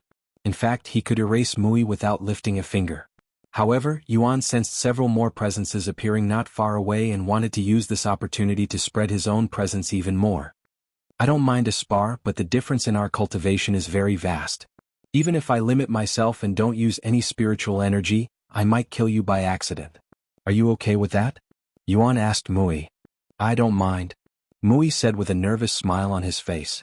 Yuan couldn't fathom why Mui was willing to risk his own cultivation to confirm his strength. Of course, Yuan had no intention of killing Mui for real. Shall we get this start then? Yuan summoned his Empyrean overlord and casually stood there. That sword. He's really Player Yuan. Mui finally confirmed Yuan's identity after seeing his sword. Since anyone could get their hands on a black jade mask, Mui wasn't exactly sure if the person before him was Player Yuan. However, his large sword was something unique and had been recalled many times by those who were struck by it during the Mystic Realm. While there was still a small chance that the person before him could be an impersonator, Mui did not believe that was the case, as he could feel the immense difference between their strength even without having the capability to see Yuan's true cultivation, and his instincts were screaming for him to leave. Mui retrieved his own weapon a moment later, wielding two short swords, one in each hand. It was at this moment the other presences that Yuan had sensed early showed up. Wow. The rumors are true. Player Yuan is in the enchanted bamboo forest. Who's the one pointing his swords at Player Yuan? Hm? Isn't that Player Mui the player challenger? I heard some time ago that a player wielding two swords was going around challenging players, fighting stronger opponents as he went. Apparently he's never lost a fight. He even defeated someone in the top 1000. But to go for Player Yuan, isn't he just begging for defeat at this point? Mui ignored the spectators and acted as though they didn't even exist. Don't go easy on me. Mui suddenly said. If I don't hold back, this will be over before you can even blink. Yuan shook his head. Despite such arrogant words, Mui did not take offense to it. I don't care. Just don't go easy on me. Mui suddenly took an offensive stance. Yuan smiled and said, at least show me that you aren't a waste of my time. Mui released a low roar before rushing at Yuan with both arms in motion. Twin Serpent's Bloodthirst. Mui's swords became coated with a green aura after he activated his skill, his body overflowing with spiritual energy. Once he was close enough, Mui activated another skill. Twin Serpent's Dance. Mui's arms flickered wildly as he swung his swords in a seemingly random manner. Yuan did not move a single step and blocked all of the incoming strikes without using any spiritual energy. However, Mui did not stop his relentless attack even after they were blocked. That's right. Keep blocking my attacks. Mui smiled inwardly. The green aura covering his swords wasn't just for show and was actively releasing poison. This poison was odorless and invisible to the eyes, and while it may lack strength at first, if enough was consumed, it could take out even a spirit lord. You are just like everyone else, player Yuan. Underestimating me will be your downfall. Just a little more and I will be known as the first player to defeat you. Mui could already envision his victory. Look at how vicious and fast he is. How is player Yuan even blocking these attacks? The spectators were left speechless by Miu's performance. Why isn't he fighting back and only defending? Is he so overwhelmed by player Miu's relentless attacks that he cannot do so? Are you stupid? Look at player Yuan's fluid and minimal movement. He's effortlessly blocking those attacks. This is probably nothing more than child's play for him, said someone with more combat experience. A few minutes later, Miu's eyes flickered with a vicious light. It's over for you, player Yuan. Twin Serpent's Outburst. After uttering such words, Yuan suddenly stopped moving. The Twin Serpent's invisible poison was destroying Yuan from the inside at a rapid rate, but it wasn't enough to keep up with his absolute regeneration, and it took less than 2 seconds for Yuan to suppress the poison. Mui, who wasn't aware that Yuan had already neutralized his poison, laughed out loud. My Twin Serpent's invisible poison can kill even a spirit lord within 2 minutes, and I waited 5 whole minutes just for you, player Yuan. You're probably in so much pain that you can't speak or move right now. Don't worry, it will only last for a moment, because you will die soon. Poison, huh? Yuan sighed inwardly. Though inherently resilient against physical harm, Yuan remained susceptible to assaults that targeted his internal body, such as poison. Fortunately for him, Miu's poison wasn't too strong, or he would have sustained much more damage. I should increase my poison resistance a little more in the future just in case I encounter someone with even stronger poison. Yuan didn't expect to gain insight in such an insignificant spar with another player, and he silently thanked Mui for it. Poison, huh? I didn't expect that. Yuan said a moment later, shocking Mui. What? How are you still standing? Mui exclaimed with a look of disbelief on his face. C1313 player Yuan has appeared. Chapter 1313 player Yuan has appeared. 1313 player Yuan has appeared. How are you still standing? That poison is powerful enough to kill even a spirit lord with ease. You should be on the ground writhing in pain now. Mui was in disbelief as this was the first time someone affected by his poison hadn't fallen. Did my poison not affect him? No, that's not possible. I also waited for 5 whole minutes before I activated it. There's no way it could be too weak either.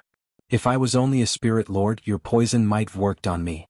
Unfortunately for you, I am not a spirit lord. Yuan calmly said. What? You don't tell me.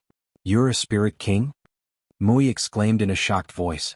The spectators could also be heard gasping in shock after learning of this revelation. If I was only an ordinary spirit king, the poison still would have done immense damage. Yuan thought to himself. It was only because of his regeneration skill that kept him unharmed from the poison. In no way.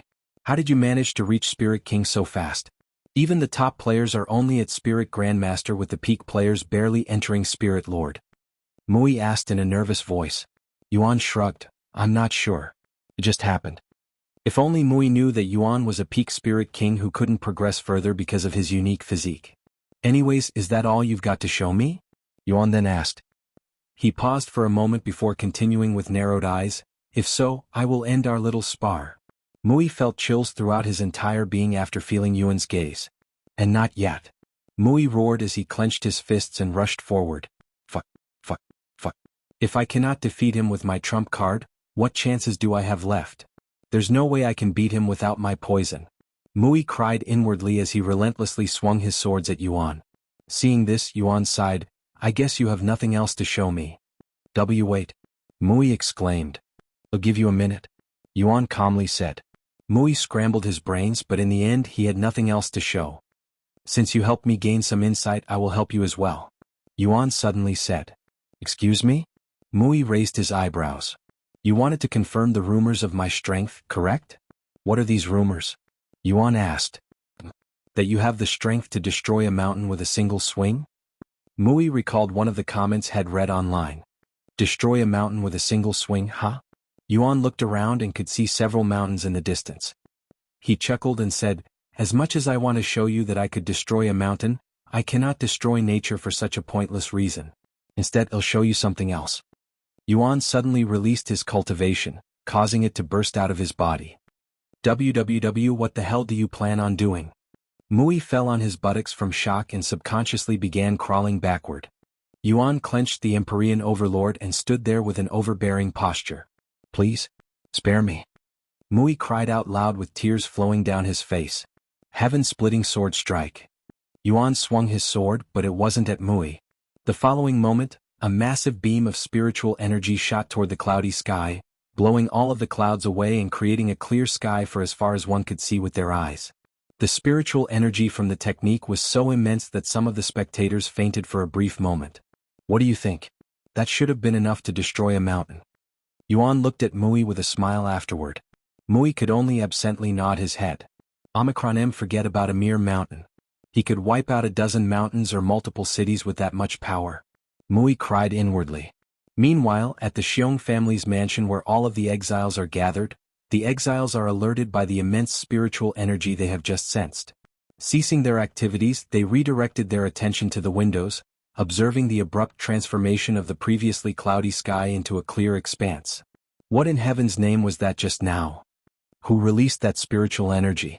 Are they trying to destroy a city or something? The exiles were interested in the person who released the spiritual energy, but it wasn't enough to make them tremble in fear or anything like that. At the same time, the 10 great families received confirmation of Yuan's presence in the enchanted bamboo forest. The rumors were true. I witnessed player Yuan there with my own eyes. He even fought with another player. Was there a little girl beside him? Xionglu asked. A little girl? No, I don't think so. He was alone. Che. Xionglu sucked his teeth in an annoyed manner. If we don't take care of that little girl with him, the source of his powers, it won't matter how many times we kill player Yuan. Xionglu thought to himself. No, she shouldn't be that far away. As an exile, she has a duty to protect her partner. If we push player Yuan into a corner, she will definitely show up to save him. A wide smile appeared on Xionglu's face. This is perfect. Well, take player Yuan hostage and mess with him until she arrives. Listen to me carefully. I want you and everyone there to stall Yuan until we get there. I don't care what you have to do. Don't let him leave. Xionglu demanded through the phone before closing the connection and calling the others. Player Yuan has appeared at Enchanted Bamboo Forest. We will make our move immediately. Gather the forces. Today will be player Yuan's last day at the top. Shortly after the phone call, the 10 great families summoned every single exile and their partners. We have confirmed the Azura clan's exiles' location. We need to move out immediately. Gather outside the mansion. Fiery Queen shouted loud enough for everyone in the mansion to hear. C1314, why don't you work with me instead? Chapter 1314, why don't you work with me instead? 1314, why don't you work with me instead? Should I go outside or wait for Brother Yuan's return? Xiaohua asked Yuan through divine sense. Go with them. We'll meet up in a bit. Yuan quickly responded. Xiaohua acknowledged. Shortly after being summoned, all of the exiles and their partners gathered right outside the manor. As players from the 10 great families stood before a little over 200 individuals, Xionglu spoke in a loud voice. Fortunately for us, our target wandered into our crosshair and was spotted at Enchanted Bamboo Forest just a few minutes ago. I have already sent some people to delay the Azura clan's exile for as long as possible, so we need to move immediately. Delaying someone from the Azura clan? Those people are probably long dead. One of the exiles there sneered out loud. I am aware of our opponent's strength, and I did not send a mere 10 or 100 people. I called over 1,000 people to delay her. Even 10,000 ordinary people would not be enough. Another exile shouted. That's why we need to stop chatting here and move already. Xionglu exclaimed. Let's go. And without saying anything else, they began marching towards the Enchanted Bamboo Forest. Fiery Queen subconsciously glanced at Xiaohua, who had an overwhelming presence and stood out even though she was at the very end of the formation. Where's her partner? Fiery Queen raised an eyebrow when she could not see Xiaoyang anywhere in the crowd. Is he not here? This is perfect. A mysterious smile appeared on Fiery Queen's face as she approached Xiaohua. Where is your partner? Fiery Queen asked Xiaohua a moment later. I don't know. He disappeared into thin air and hasn't returned since. Xiaohua nonchalantly responded. So he logged off? I thought we told the recruiters to call everyone on the roster to make sure they are not offline. Fiery Queen thought to herself. Well, this works perfectly for me. Correct me if I am wrong, but your name is Tianhua. Fiery Queen recalled the fake name Yuan had given them. Xiaohua calmly nodded, acknowledging it. What do you think of your partner, Xiaoyang? Fiery Queen then asked. After a brief moment of silence, Xiaohua said, "He's weak and lacking in talent."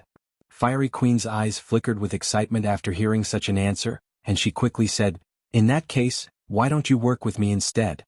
I can assure you that I am both stronger and more talented than your current partner. After all, without the help of an exile, I have managed to achieve Spirit Grandmaster by myself. If I have a powerful exile like you by my side, I will definitely be able to help you achieve your goals." Of course, she had spent an unimaginable amount of her family's fortune to purchase gold and treasures from other players to reach such a point. How annoying. Xiaohua sighed inwardly. However, Xiaohua decided to play along for a bit. "And how will you be able to help me achieve my goals?" "For starters, my family is very rich, so money is of no issue. If you help me grow stronger, I will use that strength to help you. At the very least, I will be much more useful than your current partner." "Let me think about it," Xiaohua said with a desire to end their conversation there. "What the fuck is there to think about? I am clearly better than that ordinary-looking bastard. If someone like him can reach peak Spirit Grandmaster with her help, I will definitely reach Spirit King before anyone else." Fiery Queen cursed inwardly. "Of course. Take as much time as you need," Fiery Queen said to Xiaohua with a calm smile. While the 10 great families had managed to find a few partnerless exiles with the help of their current exiles, she was not lucky enough to be chosen. Fiery Queen didn't plan on taking an exile from another player at first, but when she saw the opportunity to do so, her nature made her act upon her greed. Meanwhile, at Enchanted Bamboo Forest, Yuan was surrounded by players. "Player Yuan, can I get a handshake? Player Yuan, please sign my weapon. Player Yuan, let's party up for a bit." Yuan could tell that some of the players there were genuine fans, but most of the people there had ulterior motives. "Are they stalling me?" Yuan smiled inwardly at their pointless attempts. After all, he did not plan on running away. Since it will take them some time to arrive, I might as well entertain myself. Yuan accepted one of the genuine fans' requests to sign their weapon. After acquiring their weapon, he asked, "How would you like me to sign it?" I will leave that to you. I would appreciate it if your signature could last for a long time." The young fan did not expect for Yuan to respond and was ecstatic when he accepted her sword. "A long time, huh?" Yuan pondered for a moment before retrieving his Empyrean overlord. "Are you okay with me scratching your weapon?" he asked. "I don't mind. What's your name?" "Renyun." The following moment, Yuan tossed the fan's sword into the air, and without hesitation he swung at the sword, engraving the words to Renyun, Yuan on one side of the sword's blade. "Here you go." Yuan returned the sword to the baffled fan. The fan looked at the perfectly written words with wide eyes. How did he write such clean words with a sword? Thank you very much." The fan eventually snapped out of her daze and bowed to him. After a brief moment of silence, the other fans retrieved their weapons and began pleading for a signature as well. "Player Yuan, please sign my weapon too." "Mine too." Yuan proceeded to sign more weapons, only accepting the weapons from his genuine fans, leaving the others wondering why they were being ignored despite being closer to him. C1315 Our target was Player Yuan? Chapter 1315 Our target was Player Yuan? 1315 Our target was Player Yuan? As Yuan lingered in the Enchanted Bamboo Forest and news of his presence spread online, more and more players traveled there to meet him. However, upon their arrival, they were surprised to find hundreds of players blocking their path, almost like a group of bodyguards during a concert. "Hey, who the hell are you guys? Get out of our way. We're here to meet Player Yuan." One of the players there angrily shouted. "You don't need to know our identity. The only thing you need to know is that you aren't allowed past this point. You can try if you'd like, but you'll die," one of the players blocking the path said. The 10 great families did not want any interruptions while they hunted Player Yuan, hence the blockade. Furthermore, it was to prevent Player Yuan from escaping. Sometime later, Yuan suddenly stopped his interaction with his fans when he sensed a chilling aura appear in the distance. This aura did not come from a single individual. It was created by a group of ominous beings. "They are finally here, huh?" Yuan looked at his fans and not wanting to involve them in his battle, he said to them, "Sorry, but I have to end things here and continue my quest." "Already? Please stay with us a little longer. You haven't signed my weapon yet." Yuan then said, "I will do this again at a later date and a proper location. I have already memorized all of your faces here, so if I see you at the next location I will give you priority." And without saying another word, Yuan left the crowd. However, while some players decided to let him go, most of the players there actually followed Yuan. Of course, Yuan had expected this. After all, you're all just fake fans trying to stall me? Yuan couldn't care less if these players were caught up in his battle with the Exiles, as they were already involved in the first place. Please wait, Player Yuan. There's still something I must tell you. Where do you think you are going, Player Yuan? I will not let you leave until you fight me. These players tried every tactic available to stall him, as they had misunderstood his current action as running away, and they were all tasked with stalling him until the main forces arrived. If you can catch me, I'll listen to what you have to say, Yuan said to the players before speeding up a little. Unsurprisingly, most of the players there were left in the dust by his speed. Only those with superior cultivation managed to keep up, but even then they were barely keeping up with Yuan. Oh, not bad. How about this? Yuan sped up even more. What? How the hell is he moving so fast? I have a heaven-rank movement technique and I cannot keep up. As the players desperately tried to keep up with Yuan, he continued to increase his speed every few minutes. However, Yuan made sure to remain in these players' sight, as he did not want the 10 great families to think that he had left. Once he was close enough to the Exiles, Yuan decided to leave the players behind, disappearing from their sight like a ghost. What the hell? Where did he go? He couldn't have gone far. Spread out and look for him. We cannot lose track of him when the main forces are so close. Well, be executed if he gets away. These players desperately began searching for Yuan, unaware that he had already arrived before the main forces. Yuan stopped moving when he came across the 10 great families and the Exiles. Xiong almost couldn't believe his eyes when Yuan appeared before them like a ghost. It's really him. It's Player Yuan. But why the hell is he here? What happened to the guys watching over him? The others didn't immediately realize Yuan had appeared before them, but when they saw Xiong surprised face, they began realizing their situation. Why, Player Yuan? Fiery Queen subconsciously muttered. Yuan looked at her and said, if you're asking for a signature, I am no longer giving out signatures today. All of the players there realized they were standing before Player Yuan after he acknowledged it. Wow, is it really Player Yuan? What's he doing here?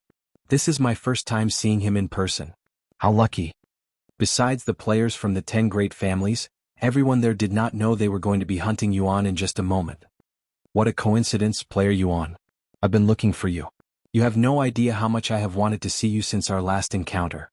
Xiong suddenly said. Yuan looked at him and asked, have we met before? I don't recall meeting you before though. I'm not surprised since it was only briefly. By the way, where's that little girl who was with you before? She left to do something for me? Why are you looking for her? Yuan tilted his head in a puzzled manner. Because, hey, why the hell did we stop? The Azura clan's exile will get away at this point. One of the exiles suddenly roared out loud. How dare you stop and chat while in the middle of something so important? Do you want to die? Another shouted. Xiong turned to look at the group behind him and calmly said, we stopped because we have arrived at our destination, at our target. What the fuck are you talking about? Besides us, I don't sense the presence of an exile nearby. Xiong pointed at Yuan and continued, that's because she isn't here right now. However, her partner is right here. If we capture him, she will definitely come to save him.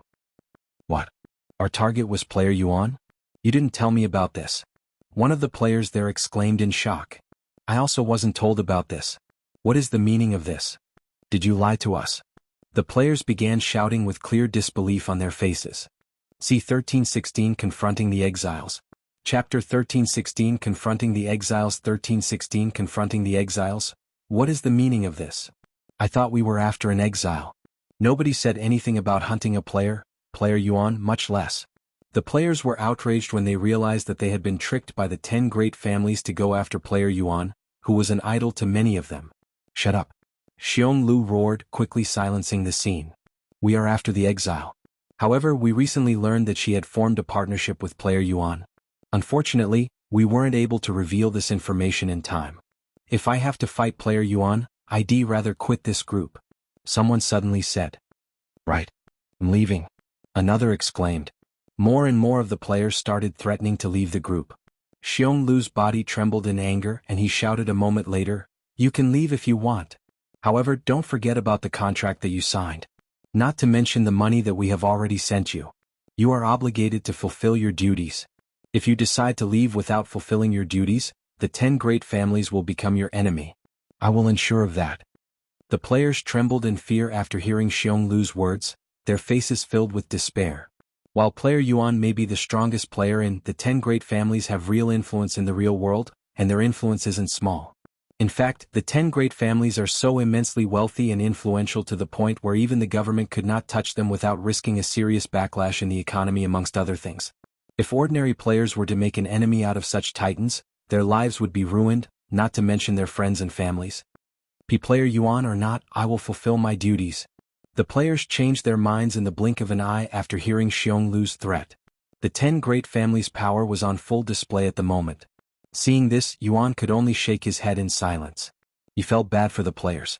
They were tricked by the 10 great families and forced to fight. Don't worry, I don't blame you guys, Yuan said a moment later.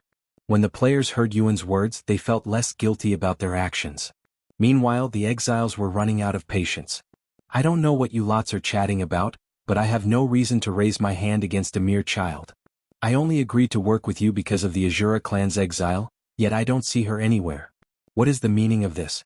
If you don't give us a satisfying answer, I will kill you regardless of your background. Unlike the players, the exiles had no reason to listen to Xionglu, and with the 10 great families' influence limited to Earth, there was simply no way to threaten the exiles. Even if their partners begged them, most exiles only work when it benefits them. Furthermore, these exiles could easily replace their current partners with other players at any time, as there was an abundance of players without an exile out there. There's no way this brat could be the Azura clan's exile's partner. The Azura clan would never work together with a weakling. Another exile said. Xionglu knew that it would be difficult to control the exiles, but he didn't expect it to be this difficult. In the end, he decided to tell them the truth. I am not lying to you, I have no reason to. He's definitely the Azura clan's exile's partner. After all, I watched them kill my partner. Xionglu said, revealing that had lost his exile to Yuan. What? Your exile was slain? Fiery Queen and the others from the 10 great families were greatly surprised to hear this for the first time. However, the exiles did not immediately believe him. Your exile was slain by them? What was his name? One of the exiles asked. Xionglu gritted his teeth and uttered, his name was Jiaohui, also known as the Harbinger of Agony. The exile's eyes widened with shock after hearing this familiar name. Harbinger of Agony? The Harbinger of Agony is dead. Jiaohui was quite renowned even within the primordial realm, and he was a divine-grade servant just like Xiaohua, so he was in his own league when compared to the gathered exiles. To further prove his claims, Xionglu retrieved some of the items that Jiaohui had given him. Those treasures. They definitely belonged to the Harbinger of Agony. Unbelievable. To think the Harbinger of Agony would perish in such a place. Suddenly, one of the exiles there approached Yuan, appearing before him like a ghost. Omicron, is it true? That you killed the Harbinger of Agony? The exile asked. Yuan calmly stared at the towering figure before him. This exile was impressively tall and almost 3 heads taller than him. However, he was quite scrawny with his bones visible. Yuan smiled and responded to the question, No, I didn't kill him. It was my exile who killed him. You guys mentioned the Azura clan, right? My exile also mentioned coming from such a place before. The exile standing before Yuan suddenly erupted with immense killing intent, enough to completely cover their area. Where is she? I will spare your life if you bring us to her. The exile said, expecting Yuan to cower in fear from his killing intent, just like the nearby players who were trembling violently. However, to his surprise, Yuan remained composed. I guess you need to have some backbone to be Azura clan's exile's partner. The exile smirked. And he continued, Don't say I didn't give you a chance. And what are you going to do? Yuan asked in a calm voice. Isn't it obvious? I'm going to force you to tell me her location even if I have to rip apart some limbs. Is that so? I'd like to see you try. A cold smile appeared on Yuan's face. The following second, Yuan summoned his Empyrean overlord, and with movements that none of the exiles could grasp, he dismembered the arms of the exile standing before him. The exile didn't even realize his arms had been severed and only sensed a cold sensation brush past his shoulders, and the moment the exile tried to move his arms, they fell off his body and fell on the ground, leaving him stunned and speechless. Wah! A look of despair and fear appeared on the exile's face when he realized the situation. Too late, Yuan muttered in a cold voice. With another swing, the exile's head was sent flying into the air, landing only a few steps away from Xionglu and the others. That's one down. The others could hear Yuan mumbling such words afterward. Complete silence filled the scene as everyone there tried to comprehend what had just occurred. Yuan spread his arms wide apart and broke that silence by speaking in a beckoning manner. "What are you all waiting for? You won't force me to do anything if you just stand there." Xiong pointed at Yuan while trembling and shouted in a nervous tone, "Ji, get him." The next moment, several exiles left the formation and attacked Yuan at the same time. C1317 There's not enough of you. Chapter 1317 There's not enough of you. 1317 There's not enough of you. In the blink of an eye, Yuan found himself surrounded by 4 exiles, all of them exuding immense killing intent. Abyssal quicksand. One of them pointed at Yuan's feet, causing the ground beneath him to sink like a quicksand, binding his movements. Heart piercer. Another exile from behind shoved his sword towards Yuan's heart. However, as if that wasn't enough, the 2 exiles at each of his sides were swinging their weapons directly at his neck. Are they going to kill him already? I wanted to capture and torture him. Xiong cried inwardly as he watched the scene. Meanwhile, Yuan did not even bother trying to defend himself and stood still in a nonchalant manner. What? The exile behind Yuan exclaimed in a shocked voice when he realized that his sword could not pierce Yuan's skin, almost as if there was invisible armor protecting his body. Your head is mine.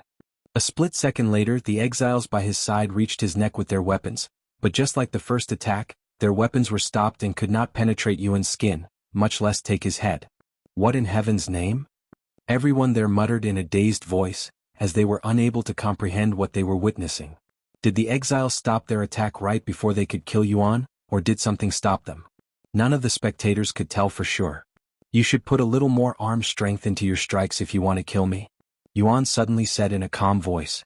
The exiles around him suddenly sensed danger and immediately distanced themselves from him, their backs soaked in cold sweat afterward. Oh. Yuan mumbled in a slightly surprised tone. If the exiles hadn't moved just now, he would have killed them. Don't kill him. Xiong suddenly exclaimed. If we don't capture him alive, we won't be able to bring out his exile. I don't think we can kill him even if we tried. One of the exiles thought inwardly. He could tell from their failed attack just now that Yuan was a formidable opponent. If you want to capture me, you should have brought more people, a few thousand more exiles. Yuan smiled. You arrogant little bastard. Xiong gritted his teeth. He turned to look at the exiles behind him and roared, What are the rest of you waiting for? Get him. Who the hell are you to command us? And are you really telling everyone here to gang up on a mere child? Laughable. If he's just a mere child, then you should have no problem capturing him alone. Xiong sneered back and he continued, I think you're scared of him, hence why you're staying back. You dare mock me? He's right. Yuan suddenly interjected. I think you're all scared. Don't be afraid and come at me at once. I'll even go easy on you. Hearing his provocation, several more exiles stepped outside the formation and approached him. There were a dozen exiles that surrounded Yuan now, yet he did not seem to be bothered by their presence in the slightest. In response, Yuan actually stored his Empyrean overlord and brought out his starry abyss. It's been a while since I used you. Let's have some fun, shall we? Yuan mumbled while looking at the beautiful dagger in his grasp. He has 2 soul weapons? The exiles were quite startled to see Yuan pull out another soul weapon. Meanwhile, the players didn't know that Yuan could also wield a dagger, as they had only seen him with the Empyrean overlord. Is this what he means by going easy? They all wondered. The next moment, Yuan made the first move and started attacking the closest exile to him, and before they could react, he executed one of them with a simple strike at the neck. The spectators were stunned. Yuan's movements were so swift that the players couldn't keep up and the exiles were barely able to follow them. Stop using your eyes. Use your divine sense to follow him. One of the exiles suddenly shouted. Even though it seemed obvious, the exiles were simply too stunned by Yuan's overwhelming prowess to think. However, even though they could follow Yuan's movements with their divine sense, their bodies were having difficulties responding to his speed. One by one, Yuan slew the exiles as though they were mere mortals. When the spectating exiles realized the gravity of their situation, they could no longer stand still. More and more exiles began leaving the formation to fight Yuan. 20, 30 Yuan had to face 30 opponents by himself. He was constantly bombarded with powerful techniques and even spiritual attacks that tried to mess with his soul. Unfortunately for the exiles, Yuan's soul strength was beyond their comprehension, and was not affected by these spiritual attacks in the slightest. As for the martial techniques, they were not strong enough to break through Yuan's defenses, and even if some managed to injure him a little, his wounds would immediately be restored within the blink of an eye. Of course, Yuan wasn't just sitting there and letting them attack him for free. Whenever he noticed a gap in their defenses, he would take the chance and slay an exile without fail. This fucking monster. Is he even human? It feels like I am fighting with a demon instead. One of the exiles cursed out loud.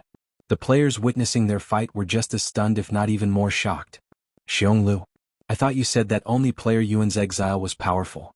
If that's the case, how is he fighting so many exiles at once and still winning? Someone from the 10 great families looked to him for answers. Xionglu, who was dazed with his eyes wide open, muttered, he began doubting himself and their whole operation. Ah. Yuan suddenly started laughing. This is quite fun, but there's not enough of you. All of you come at me at once. Entertain me some more. That crazy bastard. In the end, more and more exiles left the formation to join the fight. Soon, over 70 exiles were attacking Yuan at once, and rather than fighting a human, it felt like they were subjugating a dangerous monster instead. C1318 Crimson Empress. Chapter 1318 Crimson Empress. 1318 Crimson Empress.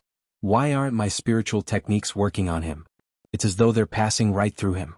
One of the exiles cried in frustration. Fuck. What is his body made of?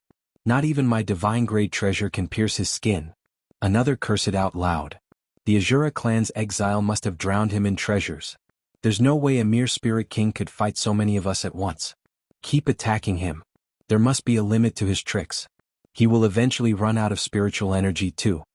Yuan's battle with the exiles was so massive that it caused havoc within the enchanted bamboo forest, alerting nearby experts.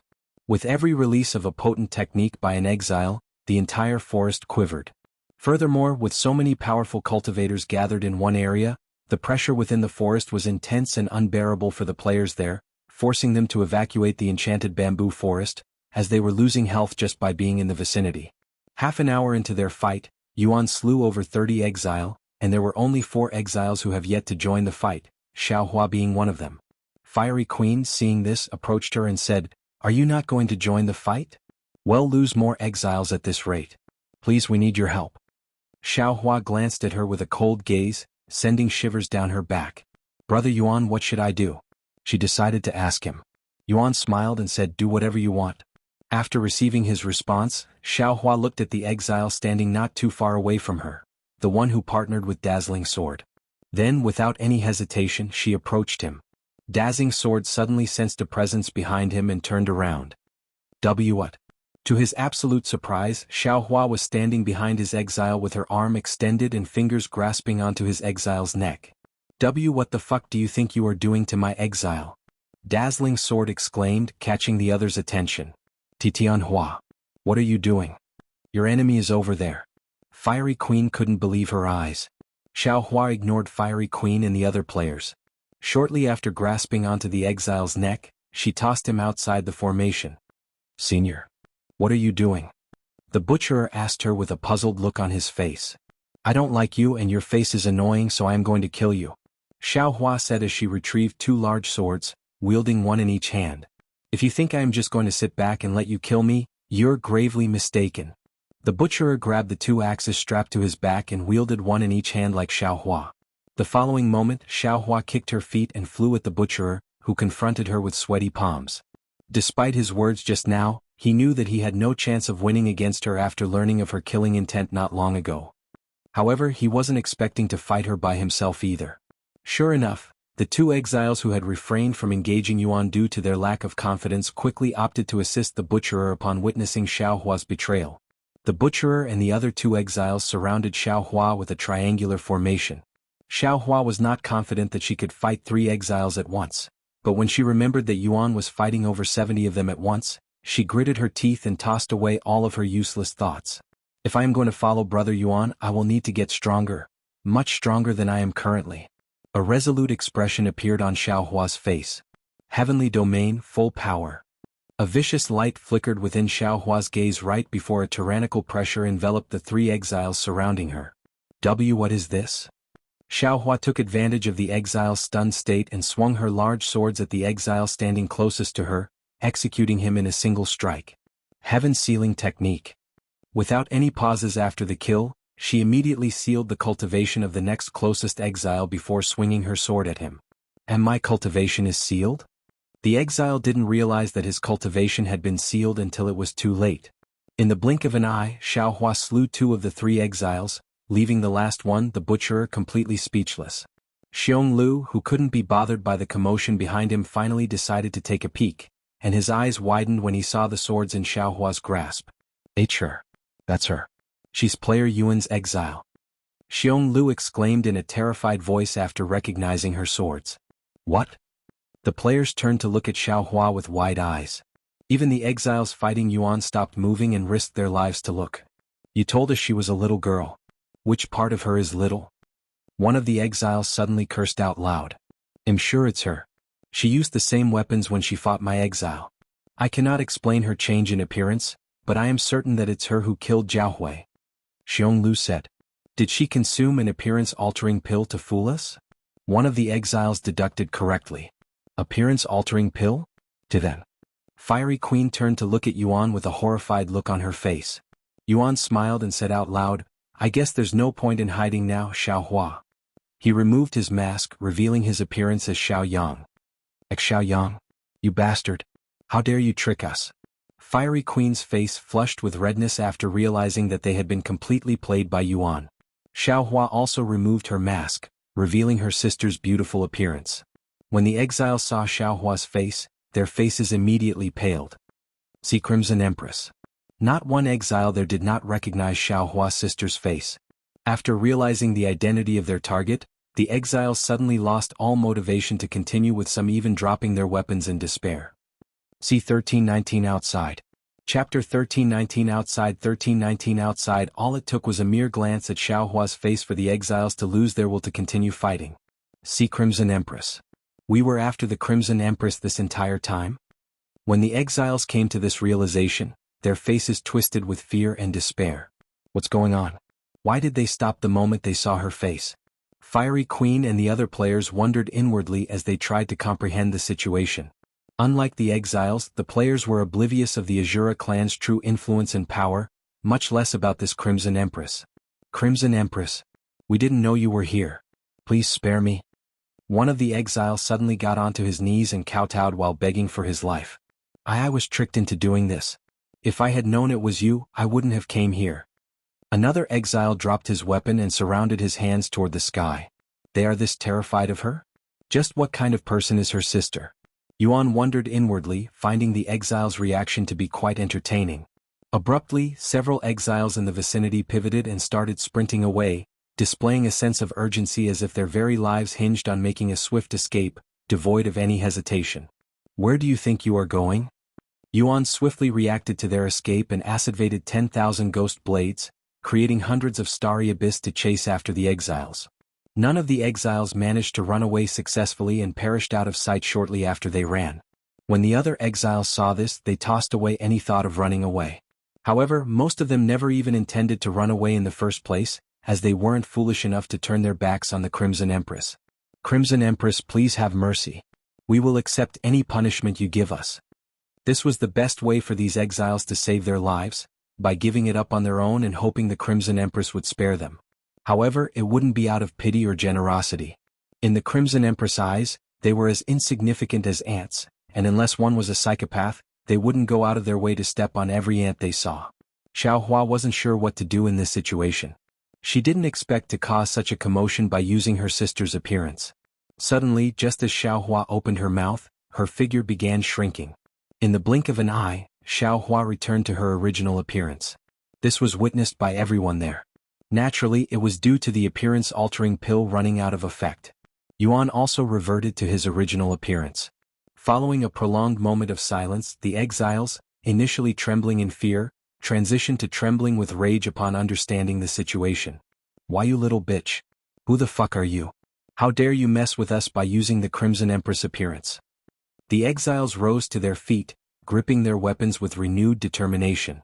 Their eyes gleamed with a potent killing intent, fueled by an unprecedented sense of humiliation. Even if it's the last thing I do in this life, I will make you pay for humiliating me. How dare you play with me? You little bitch. I'll skin you alive. The exiles roared as they ran toward Xiaohua, completely ignoring Yuan. Xiao Hua was startled when all of the exiles started running at her and contemplated releasing her seal again. A calm sigh that none of them heard suddenly resounded, followed by an immense pressure that appeared out of thin air. Heavenly Domain. Yuan activated Heavenly Domain, abruptly freezing the movements of the exiles in their tracks. Turning your backs to your opponent in the middle of a fight. You guys are either really confident or dumb. Yuan spoke as he replaced the starry abyss with the Empyrean Overlord. I guess it's about time I finish this and make my way to the fourth heaven. Dragon awakening. Yuan's aura surged toward heaven, and his presence began to mirror that of a divine beast. His once pristine black hair and clear eyes transformed into a resplendent gold. This won't take long. Vanishing Ghost's soundless blade. Yuan's sword flickered for an instant. The next moment, half of the exiles there collapsed to the ground without realizing that they had been killed. A solitary swing of his sword cleaved through over 40 exiles, rending them in half and causing a river of blood to flow. When the other exiles saw this, their faces paled, but before their mind could even comprehend their situation, Yuan swung his sword again. Sha! An unyielding and overwhelming sword light flashed, sweeping the rest of the exiles in the blink of an eye. In a span of mere seconds since Yuan's transformation, he had obliterated all the exiles, leaving only the one beside Xiao Hua standing. His overwhelming prowess was on full display, leaving the players in absolute shock and disbelief. Seeing this, Xiao Hua quickly snapped out of her daze and went to finish the butcherer within a minute. Yuan deactivated Dragon Awakening afterward and approached the players with a nonchalant look on his face as he casually stepped on the corpses in his path, stopping only a few steps away from Xionglu. Now that all of your exiles are gone, what are you going to do? Yuan asked. Xionglu didn't know how to react and subconsciously smiled in a nervous manner. You fucking monster. He uttered in a trembling voice. If you have nothing else to say, I'll end this right now. Xionglu gritted his teeth and bellowed, you might wield power in this world, but don't forget who truly holds authority and influence in the real world. You're just a mere orphan without any substantial support. I can crush you and everyone around you like an ant whenever I please. Yuan smiled at his threat and said, you can't defeat me in this world, so you're going to fight me outside of Cultivation Online next? Of course I don't mind, but don't forget. The smile on Yuan's face suddenly disappeared and his expression turned grim. You won't die if I kill you in this world, and you will at most lose your ability to cultivate. However, if you decide to fight me on the other side, I can't guarantee that you'll still be alive afterward. Xionglu's expression darkened after hearing his words. C1320 Final Answer. Chapter 1320 Final Answer. 1320 Final Answer. You dare to threaten me? Xionglu bellowed in a fit of rage after hearing Yuan's words. Yuan chuckled, it's just a friendly reminder. You probably feel quite accomplished after dealing with the Zheng family. However, let me make it clear. The Xiong family operates on an entirely different echelon. Not even 10 Zheng families could pose a threat to us. Xionglu asserted with a tone of superiority. Consider this carefully, Yuan, or should I call you Tian? Do you genuinely wish to antagonize the 10 great families? By doing so, you won't merely be provoking us but also all our allies, encompassing the entirety of the legacy ranking. Even if you somehow have the prowess to resist us, how long will you be able to keep that up? The legacy rankings control the world. Can you hide from the world? Can you fight against the world? What about your friends? How will you protect them? Yuan fell silent as Xionglu rambled on and on about the legacy ranking and their insurmountable power. Tian, if you have any sense, cease this opposition. I'm open to having you work for me. There's no need for us to be adversaries. Join us and assist in conquering this world called together. You will be paid handsomely, and you will receive unimaginable fame and status. Xionglu extended a hand and continued, daring Yuan to defy the proposition. If you refuse to work for us, then we can only be adversaries, and we will crush you with the full extent of our power. A heavy silence enveloped the entire area as those present held their breath, anticipation hanging in the air as they anxiously awaited Yuan's response. Yuan's reply had the potential to reshape not only the dynamics within but also on Earth itself. After all, his cultivation techniques and secrets could easily flip the entire world around. Nevertheless, whether Yuan accepted or declined Xionglu's offer, the world would undergo a transformative shift. The future of both and Earth hung in the balance, teetering between peace and destruction, all contingent upon Yuan's decision. After a moment of silence that felt like an eternity, Yuan spoke in a calm voice, I have minded my own business ever since I first stepped into this world, only striving towards my own goal, so I don't understand how I ended up here, surrounded by mostly people I have never met until recently, even being threatened by them. Even when my exile killed your exile, we weren't the ones who approached you, nor were we the ones who started the fight. Now that I think about it, this whole situation started when you threatened us. Are you sure you want to make the same mistake again? This time it won't end with just one dead criminal. Yuan stood there with a calm expression on his face. Xionglu's entire body trembled upon hearing Yuan's words, and he asked, "Is this your final answer? I will keep my hand in this position for another 3 seconds. No, that wasn't my final answer." Yuan suddenly interrupted. The very next moment, before anyone there could even react, Yuan swung his sword at Xionglu, severing his body in half from top to bottom. "This is my final answer." Xionglu couldn't even respond to Yuan because he was dead, but there was a shocked expression on his face as his body dissipated into thin air. At that moment, Xionglu experienced his first death in cultivation online. After killing Xionglu, Yuan turned to look at Fiery Queen and the others from the 10 great families. "Tell him this when you guys see him in a bit. I hope you guys will entertain me more than today." Wait, just as Fiery Queen opened her mouth and tried to speak, a notification appeared before her. The other 7 players from the 10 great families also encountered the same notification simultaneously. Once Head dealt with the 10 great families, Yuan shifted his attention to the remaining players standing there, their faces marked with terror as they wondered if they were next to die. After releasing a deep sigh, Yuan spoke, "You can relax. I'm not going to kill you guys since you were basically tricked into hunting me. Unfortunately, I had to kill all of your exiles. Though truth to be told, I would have killed them even if none of this had happened, as I also have an exile of my own, and only one exile can complete the legacy. If you hold any grudges toward me for this, I welcome you to come after me. However, I won't be as forgiving as today, so bear that in mind when you think about pointing your weapon at me." One of the players there suddenly raised his hand and asked in a nervous voice, "Player Yuan, are you really going to fight the 10 great families, the legacy ranking? I'm not going to go out of my way to fight them since I have more important things to do, but if they really want to fight, I won't sit back and be a pushover. While you are probably invincible inside cultivation online, the real world is a different story. I cannot imagine how you'll deal with the legacy ranking, as they essentially run the world." Yuan nonchalantly shrugged, "He'll figure it out when the time comes, but as I already said, I have more important things to deal with." "What is possibly more important than being the enemy of the world?" Another player exclaimed in disbelief. "It's not like I am really going to fight the entire world, but for starters, how about the end of the world?" Yuan said with a smile. "The end of the world? What are you?" Yuan merely shook his head in silence before turning to look at Xiaohua. "Xiaohua, let's leave." Xiaohua silently nodded and flew to him, avoiding the sea of corpses and blood beneath her. "Oh, I almost forgot." Yuan suddenly made a gesture with his hand, causing all of the spatial rings and storage pouches that belonged to the corpses to fly toward him. After sucking all of the loot inside his own spatial ring like a vacuum, Yuan quickly left the scene. Meanwhile, the players present remained in a state of bewilderment, grappling with uncertainty as they attempted to discern their next course of action. C1321 Exile Executioner. Chapter 1321 Exile Executioner. 1321 Exile Executioner. What should we do now? One of the players there asked out loud sometime after Yuan left them behind in the bloodied scene. "What can we do? All of our exiles are dead because of the 10 great families, but it's not like we can mention this to anyone without facing their wrath. What about our contract with them? Do we have to return the money and treasure since the quest failed miserably? Fuck. What a goddamn mess this is. If you think this is a mess, just wait until they start fighting in the real world. Do you think they'll shed blood? I don't know about player Yuan, but the 10 great families do not tolerate humiliation, and they definitely wouldn't hesitate to kill someone over such things. They are also above the law and backed by the government, so even if they kill someone, it could easily be swept under the rug. If we're talking about an ordinary person, that is. What about player Yuan? The entire world is aware of his presence. There's no way to sweep him under the rug. I will probably sound crazy for saying this, but I don't think even the 10 great families can touch player Yuan without immense backlash. No, I agree with you.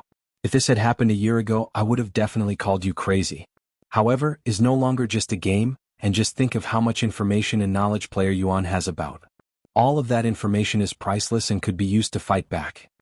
Due to the recent changes on Earth, it wouldn't be an exaggeration to say that has become a second Earth, at least that's how the people on Earth are starting to see it. And as much as Xiong Lu wanted to ignore Yuan's influence most would not agree with him. Eventually, these players logged off and called their recruiter to see what would happen to them. Ultimately, they were informed that they could retain the funds already provided, as it constituted part of the contractual agreement. However, the other half of the reward would not be disbursed, given their failure to fulfill the mission. The players were relieved, but they were not satisfied. After all, their exiles were worth far more than what they were given, and to lose them was an immense loss even for the 10 great families, much less these ordinary players. Sometime later, Yuan stopped walking when notifications suddenly bombarded him. Exile Executioner. Description: after executing over 100 exiles, your accomplishment and dedication have been acknowledged. You are now an Exile Executioner. As an Executioner, you will deal 100% increased damage when facing against an exile. Weaker exiles will also flee in your presence. Yuan was pleasantly surprised by this promotion. However, he quickly became disappointed when he didn't receive anything else for his promotion. What can I even do as a general in the faction? I probably won't find out until I climb much higher, he sighed inwardly. Actually, I have to visit the myriad of techniques before I ascend to the next realm.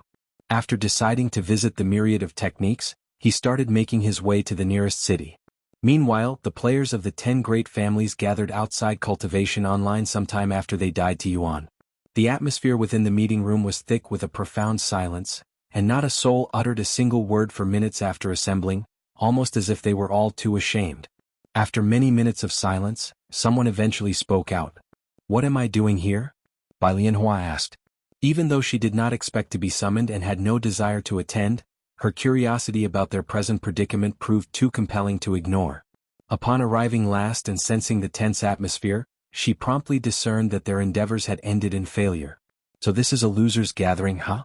But that doesn't explain why I was summoned as well. Are they going to blame me for not assisting them?